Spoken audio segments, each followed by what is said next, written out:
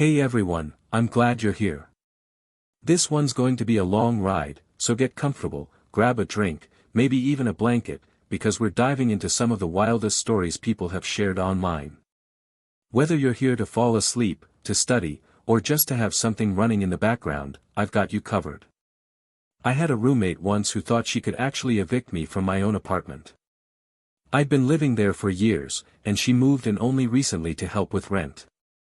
At first, it was fine. But then she started acting like the place was hers. She'd rearrange furniture, throw away my groceries, and even tell people she was the leaseholder. The breaking point came when I got a letter from the landlord saying I was being removed from the lease.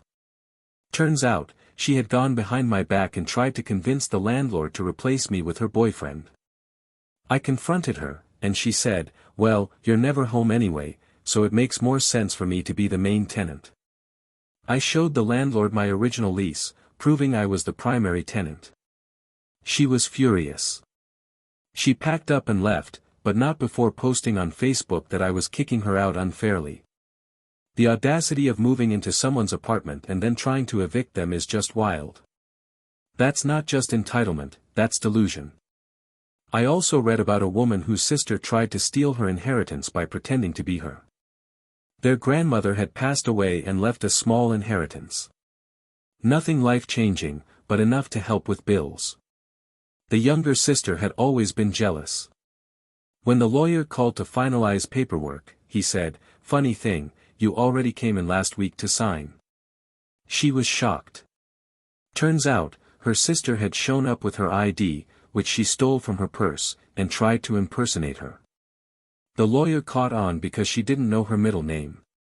When confronted, the sister said, "You don't need the money as much as I do. I was just evening things out." That's theft, plain and simple. Family or not, you don't get to steal someone's inheritance because you think you deserve it more. Then there was a guy whose boss tried to make him pay for a client's mistake. He worked in marketing, and a client gave them the wrong numbers for a campaign. When it flopped, his boss blamed him. The boss told him he had to personally reimburse the company for the lost revenue, $5,000. He refused. The boss threatened to fire him. He went straight to HR with emails proving the client gave them the wrong info. HR sided with him, and the boss got written up. He's been salty ever since. This is why you always keep receipts. If you're in a job where blame gets tossed around, documentation is your best friend. Another story that blew my mind was about a neighbor who tried to claim someone's dog as her own. A woman adopted a golden retriever, and her neighbor, an older woman, became obsessed with him. She'd call him her dog and even tried to rename him. One day, the woman came home to find her dog missing. She panicked, only to see him in the neighbor's backyard. The neighbor said, "He likes me better, so I'm keeping him." She called animal control, showed adoption papers, and got him back. The neighbor screamed at her for stealing her baby. This is next-level entitlement. Imagine thinking you can just take someone's pet because you like it. That's not love, that's kidnapping. And then there was a guy whose girlfriend tried to frame his best friend for cheating. He had a best friend who was like a brother to him. His girlfriend never liked him. One night, she showed him screenshots of the friend hitting on her. But the screenshots looked weird. He asked his friend, and the friend showed him his phone. Nothing like that existed. Turns out, the girlfriend had used a fake text generator to make it look like the friend was flirting. When confronted, she admitted it, "I just wanted you to stop hanging out with him. You spend more time with him than me." That's manipulative on a whole other level. If you have to fake evidence to control your partner, you're not in a relationship, you're running a scam. I came across another story about a mom who spent her daughter's wedding fund on a cruise. For years, she bragged about saving for her daughter's big day. When the daughter got engaged, the mom said everything was covered. But then she started asking for money, saying there were unexpected expenses. The daughter ended up giving her $18,000. After the wedding, she found out there had never been a wedding fund. The mom had spent it all on a luxury cruise with her boyfriend. When confronted, the mom said, "I deserve to enjoy my life.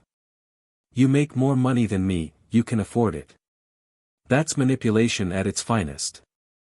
Imagine lying for years about saving for your child's wedding, then blowing it on yourself and expecting them to cover the bill.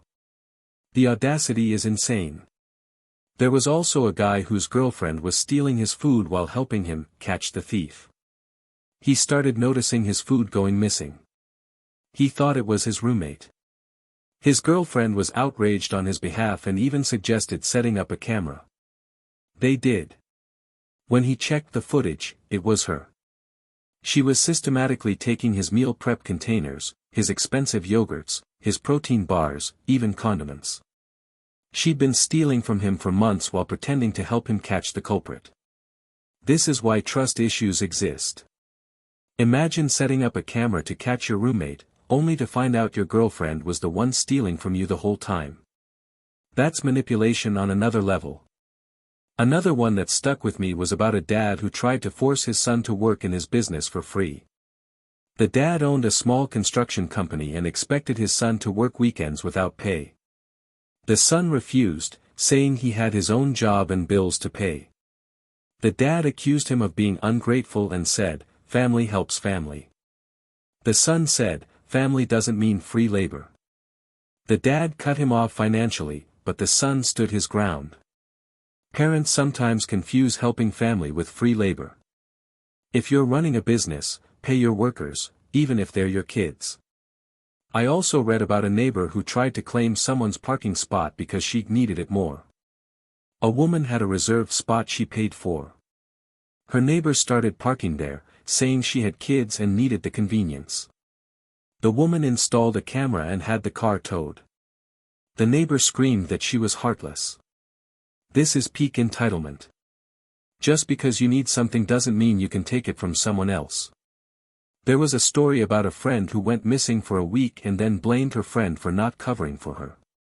She disappeared, didn't tell anyone where she was, and when she came back, she expected her friend to lie to her boss and say she'd been sick. The friend refused. She said, "If you vanish for a week and expect me to lie for you, that's not friendship. That's using people." Exactly. Friendship doesn't mean covering up someone else's irresponsibility. And then there was a brother who tried to sell his sister's car while she was out of town. She came back to find her car listed online. He said he needed money and figured she wouldn't mind. She called the police and had the listing taken down. He accused her of being selfish. That's theft, plain and simple. Family or not, you don't get to sell someone else's property. I read about a woman whose best friend tried to ruin her engagement because she wanted the fiancé for herself. They'd been friends since high school, inseparable for years. When the woman got engaged, her friend cried happy tears and even agreed to be maid of honor. But then she started making comments like, "Are you sure you want to marry so young? Don't you want to see what else is out there?" She'd text the fiancé about wedding planning without looping the bride in, and even compliment him in ways that felt off. The final straw came when the bridesmaids showed the bride screenshots from a group chat the maid of honor had made without her. In it, she was claiming the fiancé had confessed feelings for her and that she was protecting her friend by not acting on it. The bridesmaids didn't believe her, especially after seeing the fiancé's phone, but the betrayal was clear.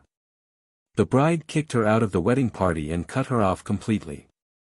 This is one of those nightmare scenarios where your best friend turns out to be your biggest enemy. Imagine planning your wedding and finding out the person you trusted most was actively trying to steal your fiancé. Better to lose a fake friend than a good man. Another story was about a guy whose coworker tried to take credit for his project. He'd spent months developing a new system for their company.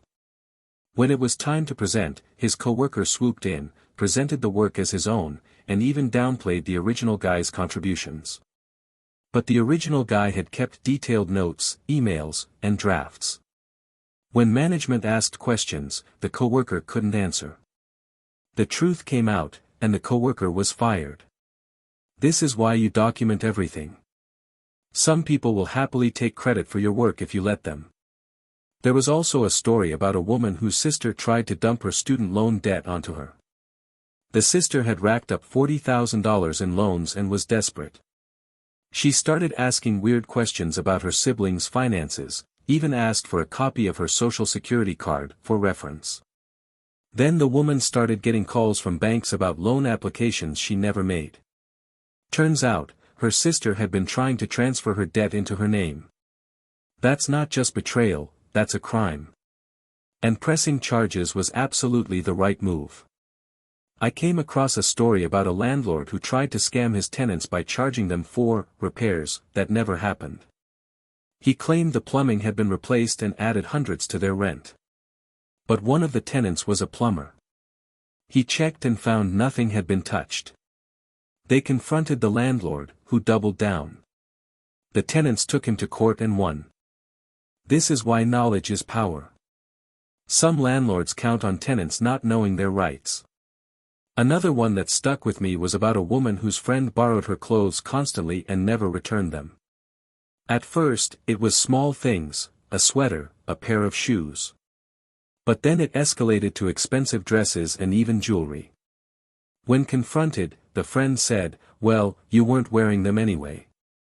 The woman finally went to her house, found a closet full of her own clothes, and took them back. The friend accused her of stealing. That's not borrowing, that's theft. And the entitlement is unreal. There was a guy whose coworker's mom kept calling his boss to defend her son. The son was always late, always on his phone, and eventually got fired. But his mom called the company, left bad reviews online, and even showed up in the parking lot to protest. Instead of teaching her son responsibility, she made everything worse. This is helicopter parenting taken to the extreme. And it ruined the son's chances of learning accountability. Another story was about a woman whose cousin ruined her wedding photos.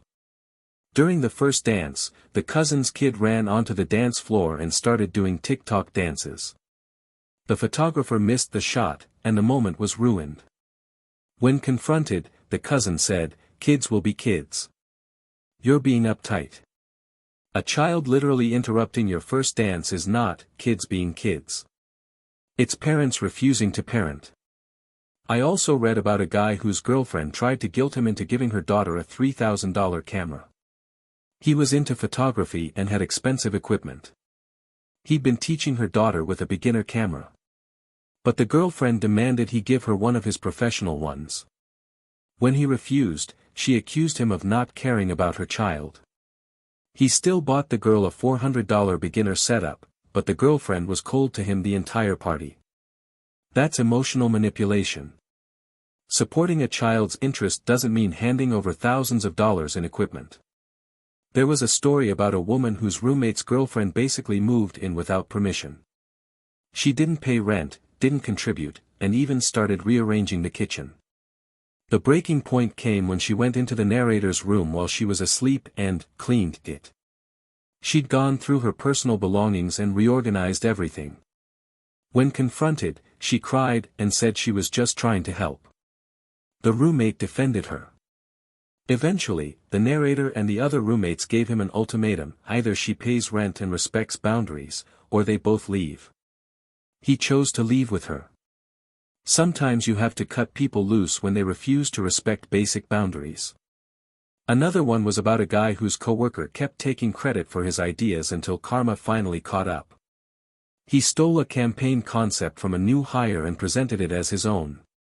But the new hire had already submitted the exact same concept to a national competition weeks earlier. When she won, the client recognized the campaign and realized he'd plagiarized it. Management investigated, found years of him stealing ideas, and fired him. Sometimes justice takes its sweet time, but when it arrives, it's beautiful. I also read about a man who accidentally drank his coworker's French press coffee and let another guy take the blame. He felt guilty for weeks as the innocent coworker was ostracized. Eventually, he confessed, and while it was awkward, it cleared the air. Small acts of cowardice can have big consequences. But it's never too late to do the right thing. There was a story about a woman who discovered her wife had been secretly writing novels for years. She'd built an entire creative life in secret, complete with submissions to publishers and online writing groups. When the truth came out, it hurt at first, but eventually it brought them closer together. Sometimes the people we think we know completely still have entire worlds inside them waiting to be discovered. And then there was a woman who realized her family had been using her as the fixer her whole life. When she finally set boundaries and refused to bail out her brother again, her mom turned on her. But standing firm allowed her to break the cycle and focus on her own family. Setting boundaries isn't selfish. It's necessary for survival. I came across a story about a security guard who worked night shifts at a children's hospital. Most nights were quiet, but one night he heard crying coming from a room that had been empty for weeks. He checked, and the room was completely bare, but there were small wet footprints on the floor leading to the window.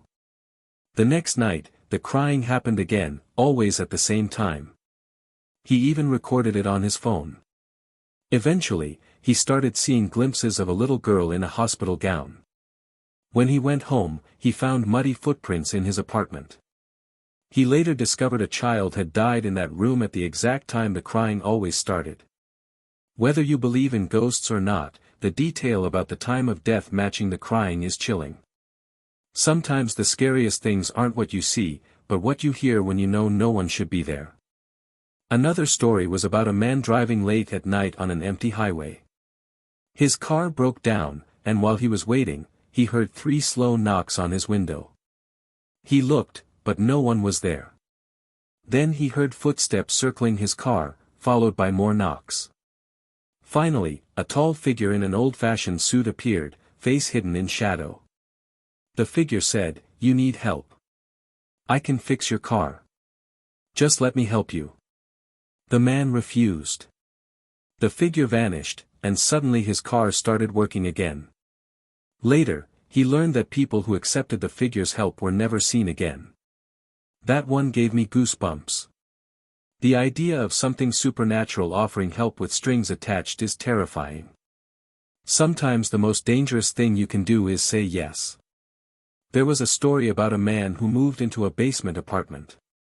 His upstairs neighbor, Harold, had a routine of pacing every night from 11:30 to 12:30. Then Harold died. But the pacing continued. Every night, same time, same footsteps. The man even put his hand on the door and felt the vibrations. He realized Harold didn't know he was dead. That's not malevolent, just profoundly sad. The idea of someone being so locked into their routine that not even death can break it is haunting. Another one was about a group of friends camping in the woods. They had a favorite spot they'd used for years. One morning, they noticed a new tent nearby that hadn't been there the day before. It smelled awful. When they checked, they found a man inside who had been dead for weeks. But the cuts in the tent were made from the inside out, and somehow the body had moved from another campsite miles away. That's the kind of story that makes you never want to camp again. A corpse doesn't just relocate itself. Something else put it there. I also read about a nurse working night shifts at a nursing home. Residents started talking to someone named Rebecca, a young woman with dark hair. At first, the nurse thought it was dementia. But then multiple residents described the same person. The nurse did research and found that a nursing assistant named Rebecca had died in a car accident outside the building in 1987. One night, the nurse saw a faint outline of a woman in an old uniform, and she looked right at her before fading away. Not every ghost story is about terror. Sometimes it's about love that transcends death. Rebecca seemed to be comforting the residents, not haunting them. There was also a story about a subway maintenance worker who found a tunnel that wasn't on any maps. Inside was a platform with a sign that read, "Deep level, authorized personnel only." His supervisor told him to forget it, saying the tunnel only appeared before major accidents. Sure enough, 2 days later, there was a massive electrical fire. The idea that the subway system itself might be trying to warn us is both fascinating and terrifying. What if the places we build develop their own consciousness? Another story was about a man whose girlfriend was stealing his food while pretending to help him catch the thief. She even bought the camera they used to catch her. When confronted, she cried and said she was embarrassed about her financial situation. But she'd been manipulating him for months, letting him suspect his roommate while she was the culprit. That's psychological warfare. Imagine gaslighting someone into thinking their roommate is stealing, while you're the one doing it. I read about a woman whose sister tried to steal her identity to get out of student loans. She applied for credit cards, loans, even a mortgage in her sister's name. When caught, she said, "You make more money than me, you can handle it." The woman pressed charges, and the family was furious at her for ruining her sister's life. That's not a family dispute. That's fraud. And pressing charges was the only option. There was a story about a man whose boss hired his girlfriend and made him do all her work. She was unqualified, constantly made mistakes, and he had to fix everything. When he complained, the boss said he was being territorial. The breaking point came when she sabotaged a major campaign. He quit, and the client left. This is how businesses collapse from the inside. Nepotism and favoritism destroy morale. Another one was about a woman whose mom lied about saving for her sister's wedding. She claimed she'd been saving for years, but actually spent the money on a cruise. Then she manipulated her other daughter into paying $18,000.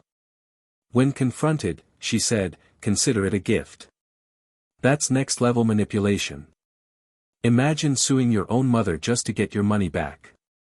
I read about a guy whose best friend had been catfishing his ex-boyfriend for 2 years. The ex had moved away, started dating someone online named Jessica, and seemed really happy. But whenever he showed pictures, Jessica was never in them. The best friend started noticing that the stories Jessica told were identical to ones her own friend had lived through. Eventually, she realized her best friend Hannah had created a fake profile and had been pretending to be Jessica the entire time. When confronted, Hannah admitted it, saying she thought she was helping him heal from the breakup. That's not helping, that's manipulation. Imagine planning to propose to someone who doesn't even exist. Another story was about a woman whose mom asked her to pay for her sister's wedding because she had spent the wedding fund on a cruise. For years, the mom bragged about saving for the big day. But when the time came, she had nothing. The daughter ended up paying nearly $20,000. Later, she found out the mom had blown the money on a luxury vacation. When confronted, the mom said, "I deserve to enjoy my life. You make more money than me, you can afford it." The betrayal of a parent lying like that is devastating. And the fact that the sister sided with the mom shows how toxic family dynamics can get. There was a story about a man whose boss hired his girlfriend and made him do all her work. She was unqualified, constantly made mistakes, and he had to fix everything. When he complained, the boss accused him of being territorial. The breaking point came when she sabotaged a major campaign. He quit, and the client left. This is how businesses collapse from the inside. Nepotism and favoritism destroy morale. I also read about a guy whose girlfriend tried to frame his best friend for cheating. She created fake screenshots of texts, claiming the friend was hitting on her. But when he checked, the friend had nothing like that on his phone. Turns out, she had used a fake text generator. When confronted, she admitted she just wanted him to stop hanging out with his friend. That's not insecurity, that's sabotage. If you have to fake evidence to control your partner, you're not in a relationship, you're running a scam. Another one was about a woman whose cousin ruined her wedding photos. During the first dance, the cousin's kid ran onto the dance floor and started doing TikTok dances. The photographer missed the shot, and the moment was ruined. When confronted, the cousin said, "Kids will be kids. You're being uptight." A child literally interrupting your first dance is not kids being kids. It's parents refusing to parent. There was a story about a man whose coworker's mom kept calling his boss to defend her son.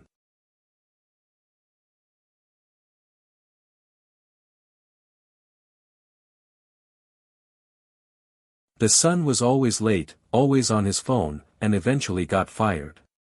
But his mom called the company, left bad reviews online, and even showed up in the parking lot to protest. Instead of teaching her son responsibility, she made everything worse.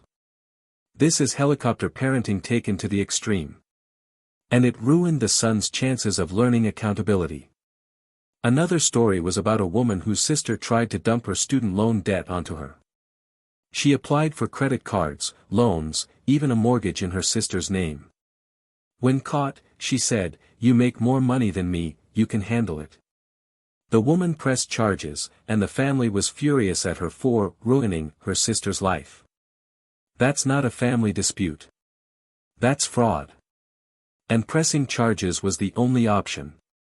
I came across a story about a landlord who tried to scam his tenants by charging them for repairs that never happened. He claimed the plumbing had been replaced and added hundreds to their rent. But one of the tenants was a plumber. He checked and found nothing had been touched. They confronted the landlord, who doubled down. The tenants took him to court and won. This is why knowledge is power. Some landlords count on tenants not knowing their rights. There was also a story about a woman whose friend borrowed her clothes constantly and never returned them. At first, it was small things, a sweater, a pair of shoes. But then it escalated to expensive dresses and even jewelry. When confronted, the friend said, "Well, you weren't wearing them anyway." The woman finally went to her house, found a closet full of her own clothes, and took them back. The friend accused her of stealing. That's not borrowing, that's theft. And the entitlement is unreal. Another one was about a man who discovered his wife had been secretly writing novels for years. She'd built an entire creative life in secret, complete with submissions to publishers and online writing groups. When the truth came out, it hurt at first, but eventually it brought them closer together. Sometimes the people we think we know completely still have entire worlds inside them waiting to be discovered. I read about a guy whose brother tried to sell his car while he was out of town. He came back to find his car listed online with photos taken in their driveway. When he confronted his brother, the brother said he needed money and figured he wouldn't mind. He called the police and had the listing taken down. The brother accused him of being selfish. That's theft, plain and simple. Family or not, you don't get to sell someone else's property. Another story was about a woman whose friend went missing for a week and then blamed her for not covering for her. She disappeared without telling anyone, and when she came back, she expected her friend to lie to her boss and say she'd been sick. The friend refused. The missing woman said, "If you were a real friend, you'd have my back." Friendship doesn't mean covering up someone else's irresponsibility. That's not loyalty, that's being used. There was a story about a man whose dad tried to force him to work in his business for free. The dad owned a small construction company and expected his son to work weekends without pay. The son refused, saying he had his own job and bills to pay. The dad accused him of being ungrateful and said, "Family helps family." The son said, "Family doesn't mean free labor." The dad cut him off financially, but the son stood his ground. Parents sometimes confuse helping family with free labor. If you're running a business, pay your workers, even if they're your kids. I also read about a woman whose neighbor tried to claim her parking spot because she needed it more. The woman had a reserved spot she paid for. Her neighbor started parking there, saying she had kids and needed the convenience. The woman installed a camera and had the car towed. The neighbor screamed that she was heartless. This is peak entitlement. Just because you need something doesn't mean you can take it from someone else. Another one was about a woman whose cousin ruined her wedding photos. During the first dance, the cousin's kid ran onto the dance floor and started doing TikTok dances. The photographer missed the shot, and the moment was ruined. When confronted, the cousin said, "Kids will be kids. You're being uptight." A child literally interrupting your first dance is not kids being kids. It's parents refusing to parent. There was a story about a man whose coworker's mom kept calling his boss to defend her son. The son was always late, always on his phone, and eventually got fired. But his mom called the company, left bad reviews online, and even showed up in the parking lot to protest. Instead of teaching her son responsibility, she made everything worse. This is helicopter parenting taken to the extreme. And it ruined the son's chances of learning accountability. Another story was about a woman whose sister tried to dump her student loan debt onto her. She applied for credit cards, loans, even a mortgage in her sister's name. When caught, she said, "You make more money than me, you can handle it." The woman pressed charges, and the family was furious at her for ruining her sister's life. That's not a family dispute. That's fraud. And pressing charges was the only option. I came across a story about a landlord who tried to scam his tenants by charging them for repairs that never happened. He claimed the plumbing had been replaced and added hundreds to their rent. But one of the tenants was a plumber. He checked and found nothing had been touched. They confronted the landlord, who doubled down. The tenants took him to court and won. This is why knowledge is power. Some landlords count on tenants not knowing their rights. There was also a story about a woman whose friend borrowed her clothes constantly and never returned them. At first, it was small things, a sweater, a pair of shoes. But then it escalated to expensive dresses and even jewelry. When confronted, the friend said, "Well, you weren't wearing them anyway." The woman finally went to her house, found a closet full of her own clothes, and took them back. The friend accused her of stealing. That's not borrowing, that's theft. And the entitlement is unreal.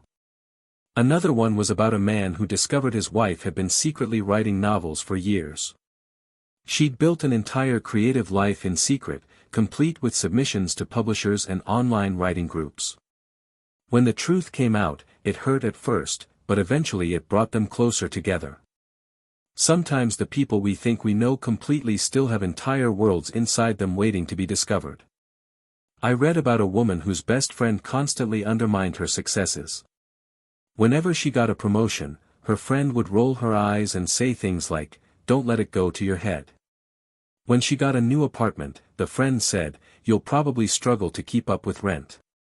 The breaking point came when she was invited to speak at a design conference. Her friend said, "I hope you don't embarrass yourself.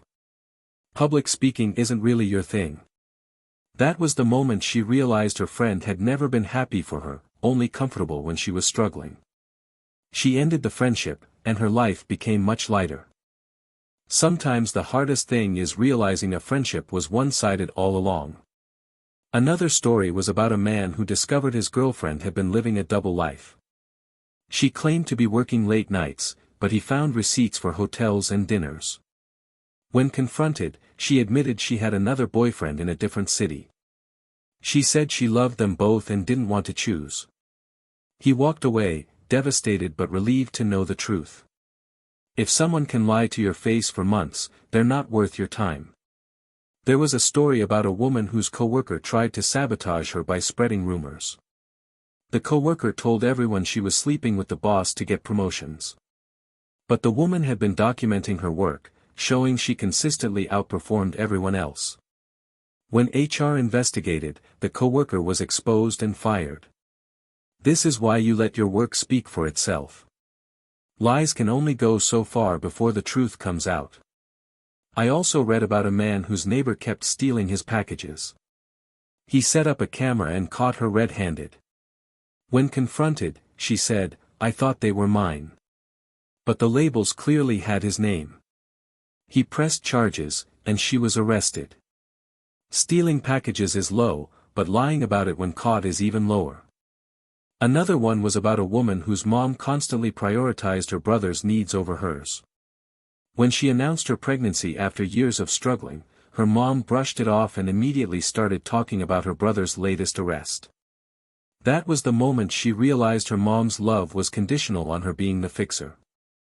She set boundaries, and though it caused family drama, it was the healthiest choice she ever made. Sometimes loving your family means refusing to enable their dysfunction. There was a story about a man whose coworker always took credit for his ideas. He'd present them in meetings as if they were his own.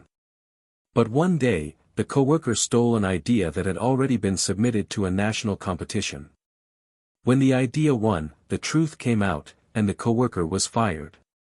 Karma doesn't always come quickly, but when it does, it's satisfying. Another story was about a woman whose fiancé's best friend tried to sabotage their relationship. He told her lies about her fiancé cheating, hoping she'd break it off. But she confronted her fiancé, and he showed her proof that none of it was true. The best friend admitted he was jealous and wanted her for himself. They cut him out of their lives. If someone tries to ruin your happiness out of jealousy, they were never your friend. I read about a man whose sister tried to use his identity to open credit cards. She said she was just borrowing his good credit. When he pressed charges, the family turned on him, saying he should have handled it privately. But he knew if he let it slide, she'd do it again. Protecting yourself isn't selfish. It's survival. There was a story about a woman whose coworker constantly dumped her work on her. She'd say, "You're so much better at this than me," and guilt her into doing it. Eventually, the woman stopped covering for her. The coworker was exposed as incompetent and fired. Sometimes the best thing you can do is stop enabling people. Another one was about a man whose girlfriend tried to isolate him from his friends. She claimed they were bad influences and even faked messages to make them look untrustworthy. When he found out, he realized she was trying to control him. He ended the relationship. If someone tries to cut you off from everyone else, that's not love. That's control. I read about a man whose cousin borrowed money constantly and never paid it back. At first, it was small amounts, 20 here, 50 there. But then it became hundreds. When he finally refused, the cousin called him selfish and told the family he was abandoning him. The man showed everyone the receipts of how much he had already given. The family went quiet after that. Sometimes the best way to shut down manipulation is with cold, hard facts. Another story was about a woman whose coworker tried to sabotage her by hiding important files. She panicked when she couldn't find them, only to discover later that the coworker had them the whole time. When confronted, the coworker said, "I was just keeping them safe." HR didn't buy it, and she was fired. Some people will go to ridiculous lengths to make others look bad. There was a story about a man whose girlfriend constantly criticized his hobbies. He loved gaming, but she called it childish. He loved photography, but she said it was a waste of money. Eventually, he realized she didn't want him to have any joy outside of her. He ended the relationship, and his happiness returned. If someone mocks everything you love, they don't love you. They love controlling you. I also read about a woman whose neighbor kept throwing trash into her yard. She set up a camera and caught him. When confronted, he said, "It's just easier to toss it over the fence." She reported him, and he was fined. The laziness and entitlement of some people is unbelievable. Another one was about a man whose brother-in-law tried to use his credit card without permission. He left it on the counter, and the brother-in-law memorized the numbers. When the charges showed up, he confronted him. The brother-in-law said, "I was going to pay you back." He pressed charges anyway. Stealing is stealing, even if you promise to pay it back later. There was a story about a woman whose best friend constantly copied her. If she bought a dress, the friend bought the same one. If she dyed her hair, the friend did too. It escalated to the point where the friend started flirting with her boyfriend. That was the end of the friendship. Imitation might be flattery at first, but when it crosses into stealing your identity, it's toxic. Another story was about a man whose coworker always volunteered him for extra work. In meetings, she'd say, "Oh, he can handle that." He finally spoke up and said, "No, I can't. That's not my responsibility." The room went silent, and she never did it again. Sometimes all it takes is one firm "no." I read about a woman whose sister-in-law wore a white dress to her wedding. When confronted, she said, "It's cream, not white." The bride asked her to leave, and she caused a scene. But the bride stood her ground. Weddings bring out the worst in some people. There was a story about a man whose roommate never cleaned.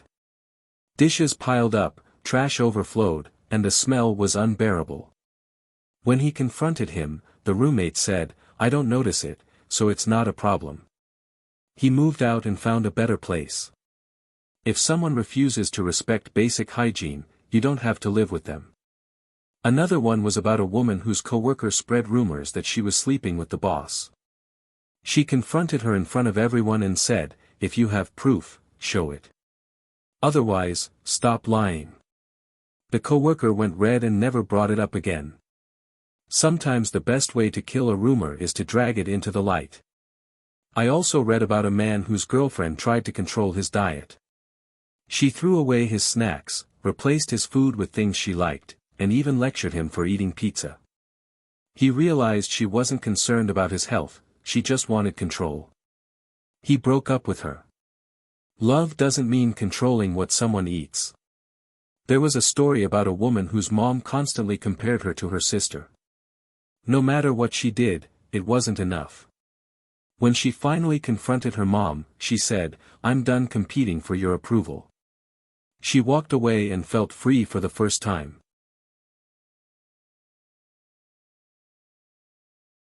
Sometimes the healthiest thing you can do is stop chasing validation. Another story was about a man whose coworker stole his lunch every day. He finally spiced it with ghost pepper sauce. The coworker ended up crying in the bathroom. He never touched his food again. Petty? Maybe. Effective? Absolutely. I read about a woman whose friend always made backhanded compliments. "You look good for your size." "That dress is cute, I could never pull it off with my body type." Eventually, she realized these weren't compliments at all. She cut the friend off. If someone's compliments always make you feel worse, they're not your friend. There was a story about a man whose neighbor kept parking in his driveway. He asked politely, but it kept happening. Finally, he had the car towed. The neighbor screamed, but he said, "I warned you. Boundaries mean nothing if you don't enforce them." Another one was about a woman whose coworker tried to take credit for her idea in a meeting. She calmly said, "Yes, that's exactly what I suggested earlier." The boss noticed, and the coworker looked embarrassed. Sometimes the best clapback is calm and professional. I also read about a man whose girlfriend tried to isolate him from his family. She said they were toxic and convinced him to stop visiting. But when he reconnected with them, he realized she just wanted him dependent on her. He ended it. If someone tries to cut you off from everyone else, that's not love. That's control. There was a story about a woman whose friend always made her feel guilty for saying no. If she couldn't hang out, the friend would say, "I guess I'm not important to you." Eventually, she realized this was manipulation. She stopped apologizing and set boundaries. Real friends respect your time. Another story was about a man whose coworker always interrupted him in meetings. One day, he said, "I wasn't finished speaking." The room went quiet, and the coworker never interrupted again. Sometimes the simplest words carry the most power. I read about a woman whose coworker always tried to one-up her. If she mentioned she was tired, the coworker said she hadn't slept in 3 days. If she said she was busy, the coworker said she was busier. It got to the point where the woman stopped sharing anything. One day, she finally snapped and said, "Not everything is a competition." The coworker went silent, and the office felt lighter after that. Some people can't stand to let others have a moment. Another story was about a man whose girlfriend constantly borrowed money and never paid it back. At first, it was small amounts, but then it became thousands. When he finally refused, she accused him of being stingy. He realized she saw him as a wallet, not a partner, and ended the relationship. Love doesn't mean being someone's ATM. There was a story about a woman whose neighbor kept stealing her Wi-Fi. She noticed her internet was slow, checked the router, and saw unfamiliar devices connected.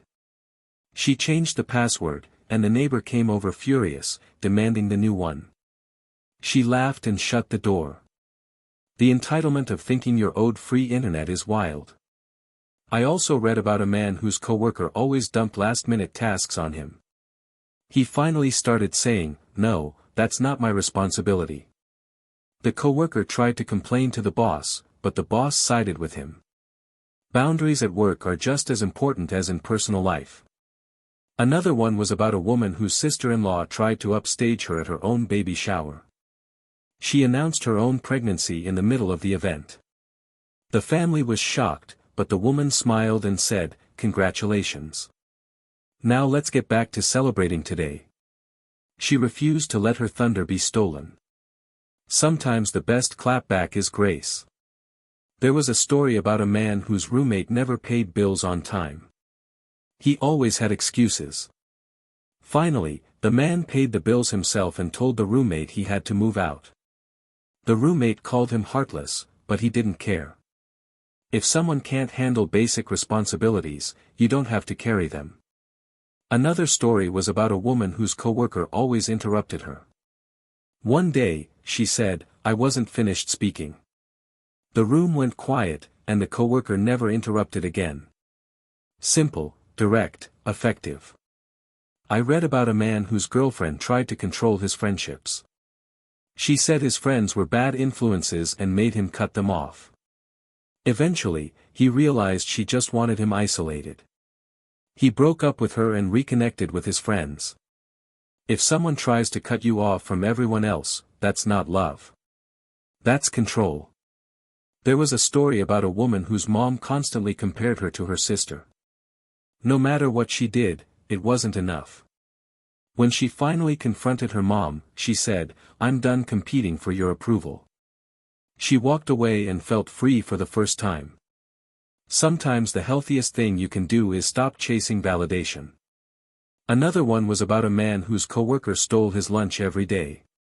He finally spiced it with ghost pepper sauce.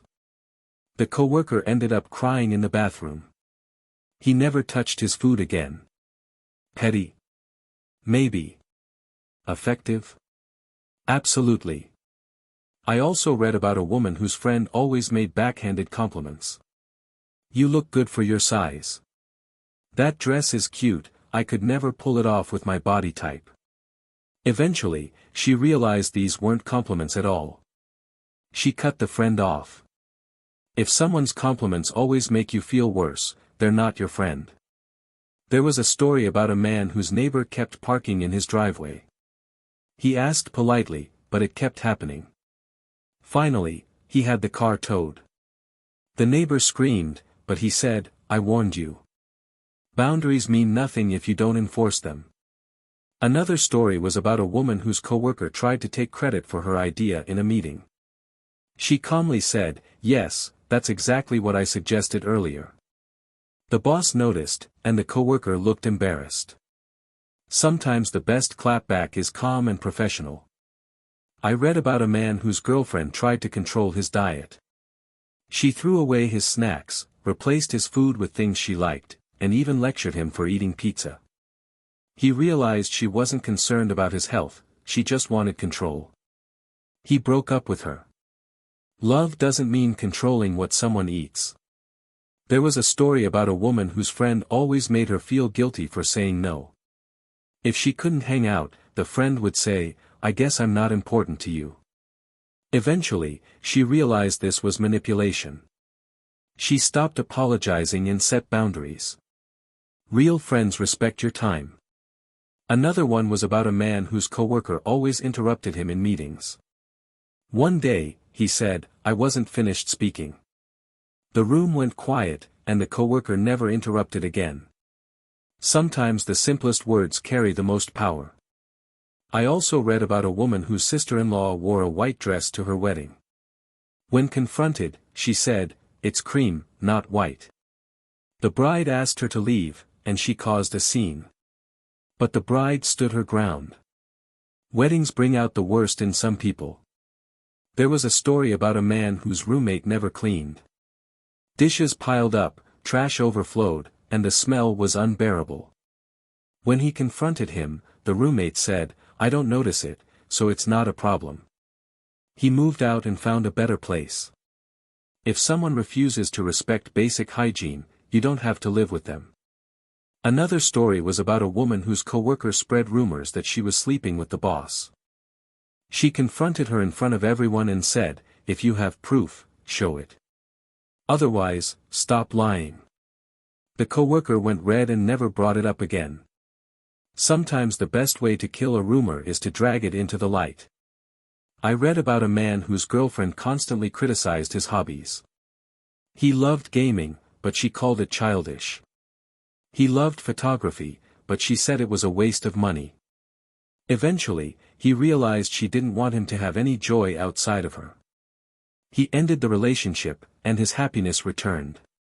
If someone mocks everything you love, they don't love you. They love controlling you. There was a story about a woman whose neighbor kept throwing trash into her yard. She set up a camera and caught him. When confronted, he said, it's just easier to toss it over the fence. She reported him, and he was fined.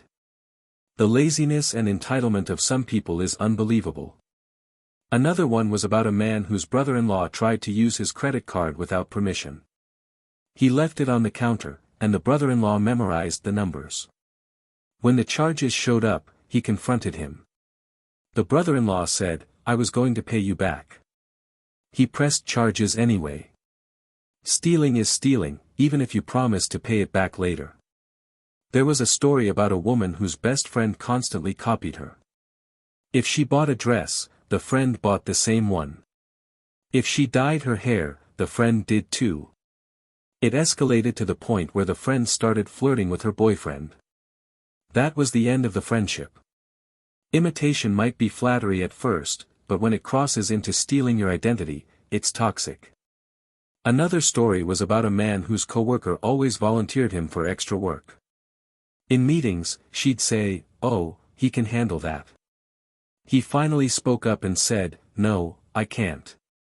That's not my responsibility. The room went silent, and she never did it again. Sometimes all it takes is one firm no. I read about a woman whose sister-in-law tried to upstage her at her own baby shower. She announced her own pregnancy in the middle of the event. The family was shocked, but the woman smiled and said, congratulations. Now let's get back to celebrating today. She refused to let her thunder be stolen. Sometimes the best clapback is grace. Posted in r/nosleep. I never believed in the paranormal until I started working the night shift at Riverside General Hospital. As a security guard, I thought my biggest concerns would be checking doors and maybe dealing with the occasional drunk in the emergency room. I was wrong. It started 3 weeks into the job. I was doing my rounds on the 3rd floor when I heard piano music coming from the old pediatric wing. The thing is, that section had been closed for renovations for over 6 months. No power, no people, and definitely no piano. I grabbed my flashlight and headed toward the sound. The melody was hauntingly beautiful, something classical that I couldn't quite place. As I got closer, I could see a faint glow coming from room 314. My heart was pounding, but I had to investigate. It was my job. The door was slightly ajar, and I could see inside. There, in the middle of the empty room, sat a young girl at an old upright piano. She couldn't have been more than 8 years old, with long blonde hair and a white hospital gown. Her fingers moved gracefully across the keys, creating the most beautiful music I'd ever heard. I stood there mesmerized for what felt like hours but was probably only minutes. Then she stopped playing and slowly turned to look at me. Her eyes were completely black, like looking into an endless void. She smiled, and I could see that her teeth were stained with something dark. "Do you like my music?" she asked in a voice that seemed to echo from everywhere and nowhere at once. I couldn't speak. I couldn't move. I just stood there, frozen in terror. "I've been waiting for someone to listen," she continued. "It gets so lonely here at night." That's when I noticed the smell. It was the unmistakable odor of decay, of something that had been dead for a very long time. I finally found my voice and managed to stammer out a response. "Who are you?" She giggled, a sound that made my skin crawl. "I'm Sarah. I used to live here, in this room. Before the accident." I wanted to run, but my feet felt like they were made of lead. "What accident?" Her smile faded, and her expression became sad. "The fire. It happened so fast. Mommy and Daddy couldn't get to me in time. But it's okay now. I have my music." The temperature in the room seemed to drop 20 degrees. I could see my breath forming small clouds in the air. Sarah turned back to the piano and began playing again, but this time the melody was different. It was discordant, angry, filled with pain and rage. That's when I saw them. Other children began materializing around the room. Some were burned, others looked like they had been in accidents. All of them were staring at me with those same black eyes. They began to sing along with Sarah's playing, their voices creating a chorus of the damned. I finally broke free from whatever was holding me in place and ran. I ran faster than I'd ever run in my life, not stopping until I reached the security office on the first floor. I was shaking so badly I could barely hold my radio to call for backup. When the other guards arrived, we went back to the third floor together. Room 314 was empty, just like it should have been. No piano, no children, no sign that anything had happened. But the smell lingered, that awful smell of death and decay. I tried to convince myself it was just my imagination, stress from the new job, maybe too much caffeine. But deep down, I knew what I had seen was real. The next night, I heard the music again. This time, I didn't investigate. I stayed in the security office and tried to ignore it. But it was impossible. The melody seemed to seep through the walls, calling to me, begging me to come and listen. This went on for weeks. Every night, the same haunting piano music would echo through the empty corridors of the third floor. Sometimes I would see other staff members stop and listen, a confused look on their faces as they tried to figure out where the sound was coming from. But they never seemed to hear it as clearly as I did. I started doing research on the hospital's history. What I found made my blood run cold. 23 years ago, there had indeed been a fire on the third floor. 7 children had died, trapped in their rooms when the old wooden structure went up in flames. One of them was an 8-year-old girl named Sarah Mitchell, who had been in room 314 for treatment of a rare blood disorder. The fire had started in the middle of the night, caused by faulty electrical wiring. The children who died had been too sick or too young to escape on their own.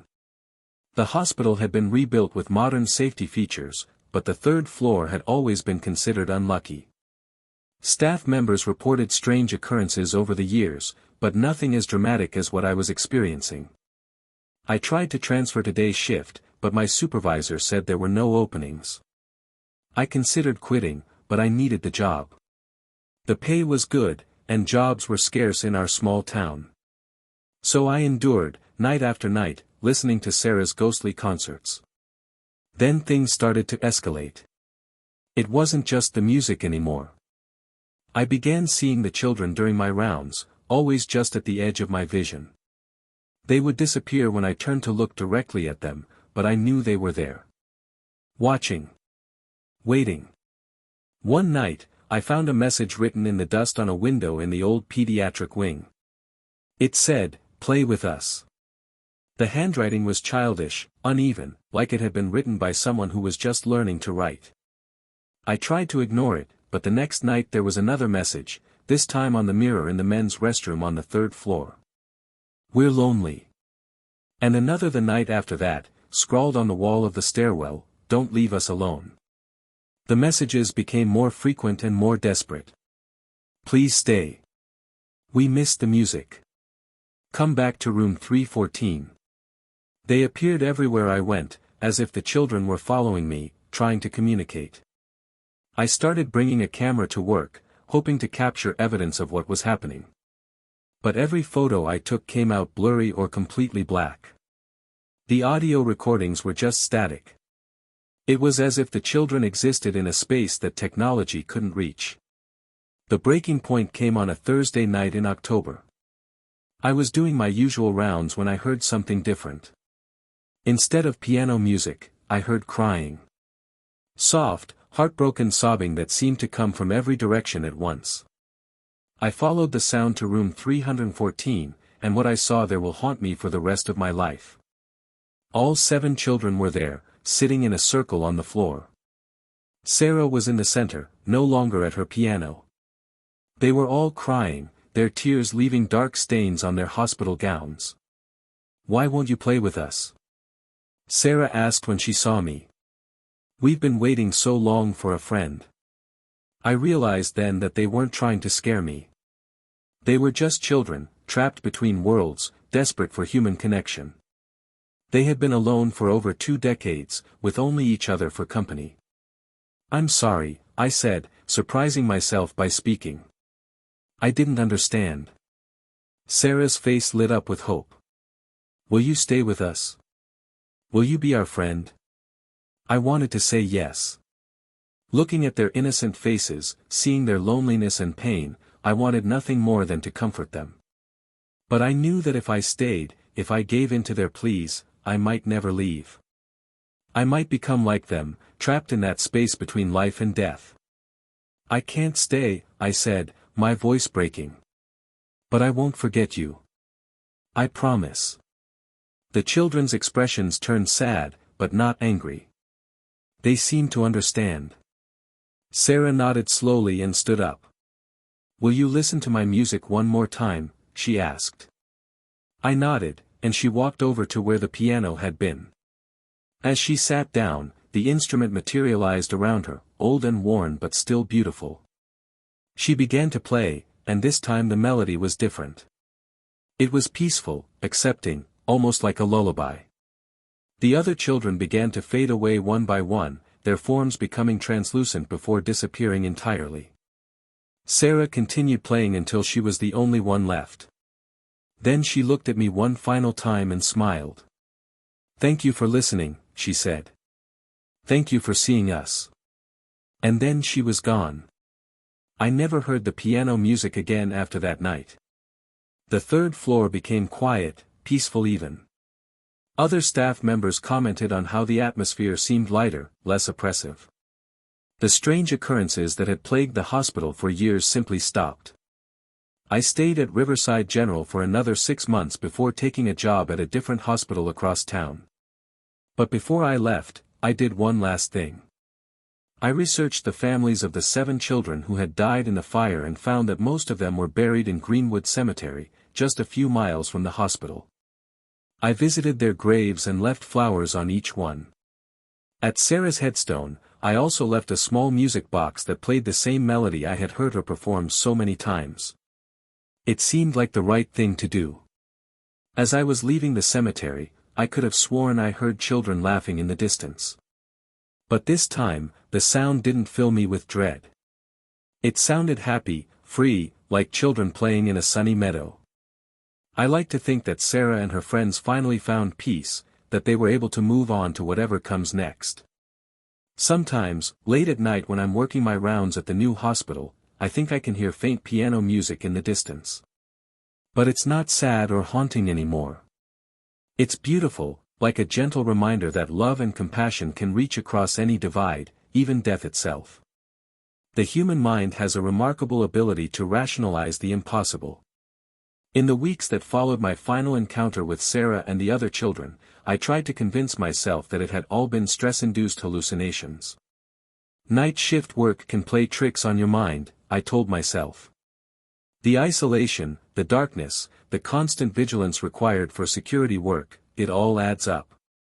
But deep down, I knew what I had experienced was real. The children of Riverside General's 3rd floor had been as real as anything else in my life. They had reached out across the veil between worlds, desperate for acknowledgement, for someone to remember that they had existed, that they had mattered. I started researching other hospitals, other places where tragic events had occurred. What I found was both fascinating and terrifying. There were countless reports of similar phenomena, ghostly children in pediatric wings, mysterious music in empty corridors, messages appearing where no living person could have written them. It seemed that places of intense emotion, particularly those involving children, had a way of holding on to the past. The innocent souls who died too young, too suddenly, sometimes couldn't let go. They remained tethered to the places where they had spent their final days, waiting for someone to acknowledge their presence, to validate their continued existence. I began corresponding with other security guards, nurses, and maintenance workers who had experienced similar encounters. Their stories were remarkably consistent: children who appeared in hospitals, schools, and orphanages, always seeking connection, always hoping for someone to play with them, to remember them. One nurse from a children's hospital in Denver told me about a little boy who would appear in the oncology ward, asking patients if they wanted to color with him. The children could see him clearly, but adults could only catch glimpses from the corner of their eyes. He had died of leukemia in 1987, but his spirit remained, trying to comfort other sick children. A janitor from an elementary school in Maine described hearing children singing in the gymnasium after hours. When he investigated, he would find the space empty, but the swings in the adjacent playground would be moving gently, as if invisible children were playing on them. Research revealed that 3 students had died in a bus accident in 1962, and their spirits seemed to return to the place where they had been happiest. These stories gave me comfort, in a strange way. They confirmed that what I had experienced wasn't unique, wasn't a sign of mental instability. There was something beyond our understanding at work, something that connected the living and the dead through bonds of compassion and memory. I started volunteering at a local children's hospital on my days off. I would read stories to young patients, play games with them, and simply listen when they needed someone to talk to. It felt like a way to honor Sarah and her friends, to give living children the attention and care that the ghostly ones had been seeking. During one of my volunteer sessions, I met a little girl named Emma who was undergoing treatment for a brain tumor. She was about the same age Sarah had been, with the same blonde hair and bright, curious eyes. Emma loved music and had been taking piano lessons before she got sick. I arranged for a small keyboard to be brought to her room, and she would play for hours, her fingers dancing across the keys with surprising skill for someone so young. Her favorite piece was a classical melody that sounded hauntingly familiar. When I asked her where she had learned it, she said it had come to her in a dream. "There was a girl in my dream," Emma told me one afternoon as she played. "She had long hair like mine, and she was wearing a white dress. She taught me this song and told me it would help other people feel better." My heart nearly stopped. The melody Emma was playing was identical to the one I had heard Sarah perform in room 314. Somehow, across time and space, the ghostly girl had reached out to help another child in need. Emma's condition improved dramatically over the following weeks. The doctors were amazed by her progress, calling it a minor miracle. She was eventually able to go home, and she continued playing piano, often performing the mysterious melody she had learned in her dream. I never told Emma about my experiences at Riverside General, but I like to think that Sarah had found a way to continue her mission of bringing comfort through music. Perhaps that's what ghosts really are, not vengeful spirits or harbingers of doom, but souls who loved so deeply in life that they couldn't bear to completely let go. My time at the new hospital was peaceful compared to my experiences at Riverside General. There were no ghostly encounters, no mysterious music in the night. But I found myself almost missing the supernatural activity. It had given my work a sense of purpose beyond just checking doors and monitoring security cameras. I began researching the history of my new workplace, hoping to uncover stories of past tragedies or unexplained phenomena. What I found was quite different from Riverside General's dark past. This hospital had been built only 15 years ago, and while there had certainly been deaths within its walls, there were no reports of hauntings or ghostly encounters. The building was modern, efficient, and sterile in a way that seemed to discourage spiritual lingering. Everything was bright white and chrome, with no dark corners or forgotten spaces where memories might hide. It was the kind of place designed to heal and discharge patients quickly, leaving little time for emotional attachment to develop. But even in this antiseptic environment, I began to notice subtle signs of the supernatural. It started with small things: elevators stopping at floors where no one had pressed the button, automatic doors opening for no apparent reason, and the occasional flicker of lights in empty corridors. The phenomena were much more subdued than what I had experienced at Riverside General, but they were there nonetheless.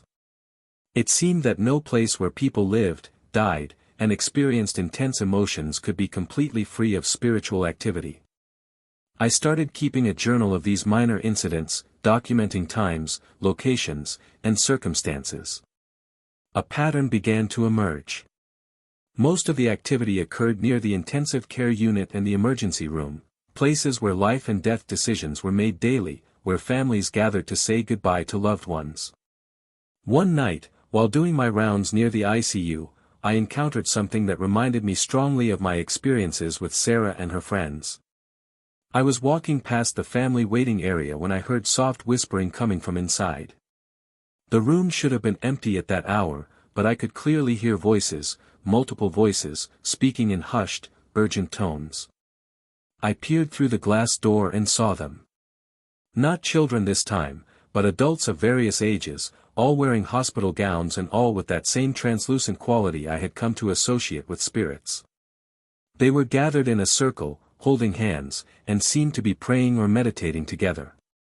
Unlike the children at Riverside General, these spirits didn't seem to notice my presence.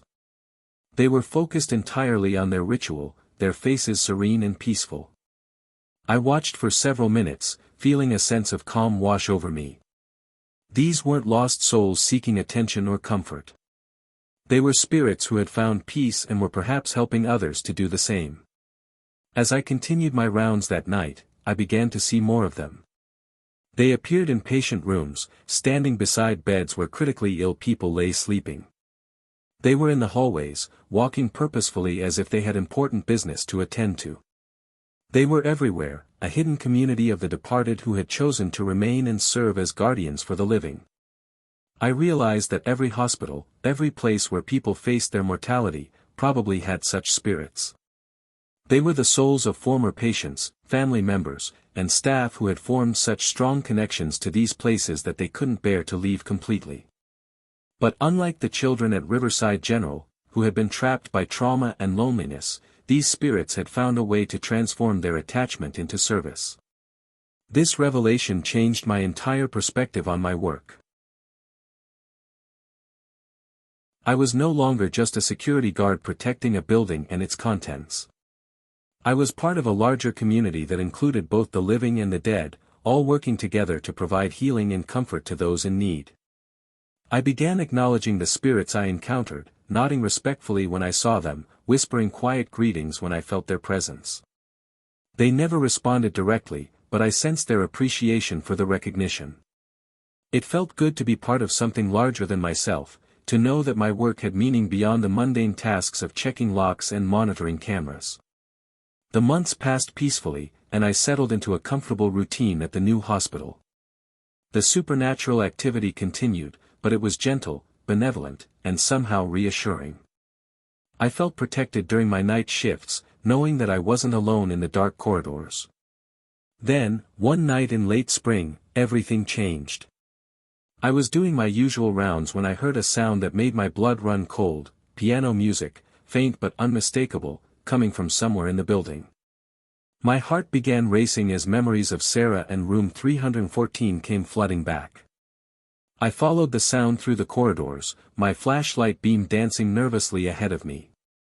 The music was coming from the hospital's small chapel, a non-denominational space where families could go to pray or find solace during difficult times. I approached the chapel doors with trepidation, not sure what I would find inside. The music was clearer now, and I recognized the melody. It was the same piece that Sarah had played during our final encounter, the peaceful lullaby that had seemed to help her and her friends find rest. I pushed open the chapel doors and stepped inside. There, at the small electronic organ near the altar, sat a figure I recognized immediately. It was Sarah, looking exactly as she had at Riverside General, her blonde hair catching the soft light from the chapel's stained glass windows. She turned to look at me and smiled, but this time her eyes weren't the terrifying black voids I remembered. They were normal, kind, filled with warmth and recognition. "Hello again," she said, her voice no longer echoing with otherworldly resonance. "I hoped I might see you here." I was too stunned to speak.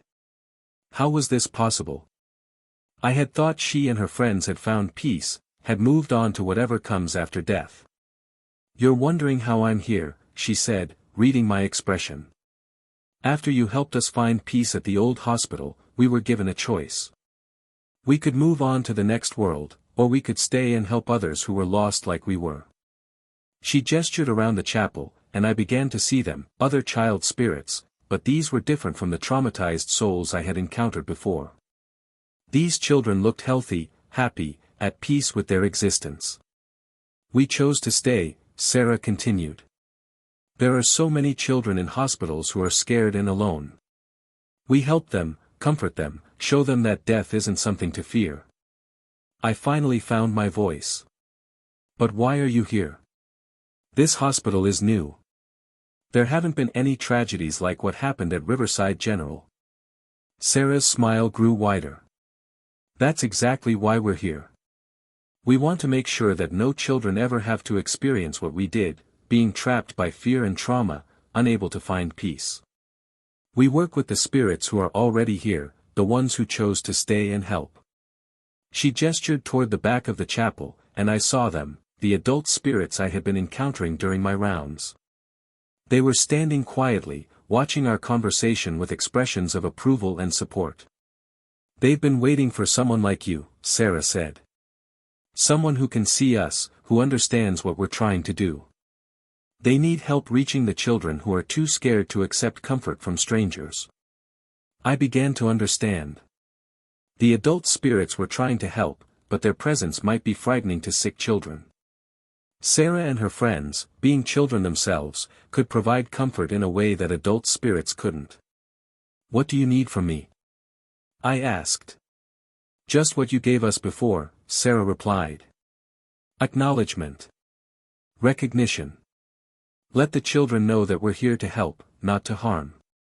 Some of them can see us, but they're afraid because adults have taught them that ghosts are scary things." Over the following weeks, I began working with the hospital's child life specialists, sharing stories about friendly spirits who watched over sick children. I was careful not to mention my own supernatural encounters, instead framing the stories as folklore and legends from other cultures. The response was remarkable. Children who had been withdrawn and fearful began opening up, talking about the invisible friends who visited them at night. Some described seeing other children in their rooms, children who would play quiet games with them or sing lullabies when they couldn't sleep. The medical staff noticed improvements in the young patients' conditions.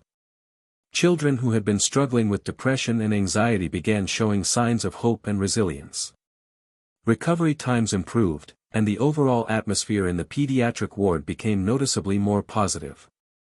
I continued my night rounds, but now I had a different purpose. I would check on the young patients, making sure they felt safe and protected. Sometimes I would see Sarah or one of her friends sitting beside a child's bed, holding their hand or whispering words of comfort. The adult spirits seemed pleased with this arrangement.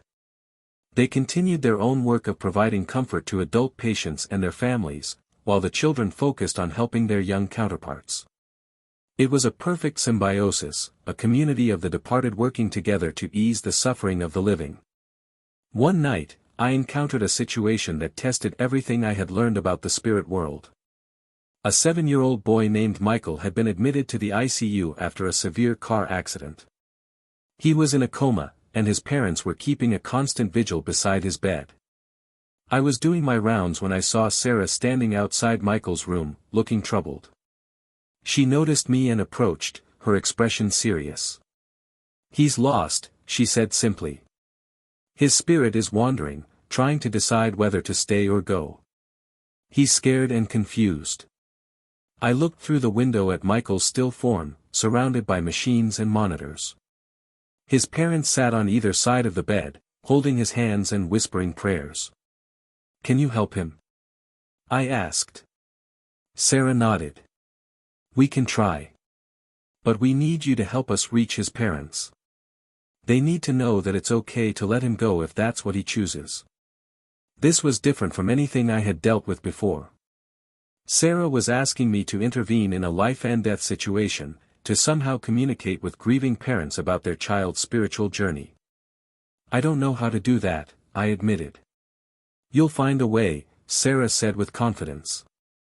You always do. Over the next few days, I found myself spending more time near Michael's room during my rounds. I would stop and chat with his parents, offering words of comfort and support. They were exhausted, running on nothing but hope and determination. His mother, Linda, was a teacher who had read to Michael every night since he was born.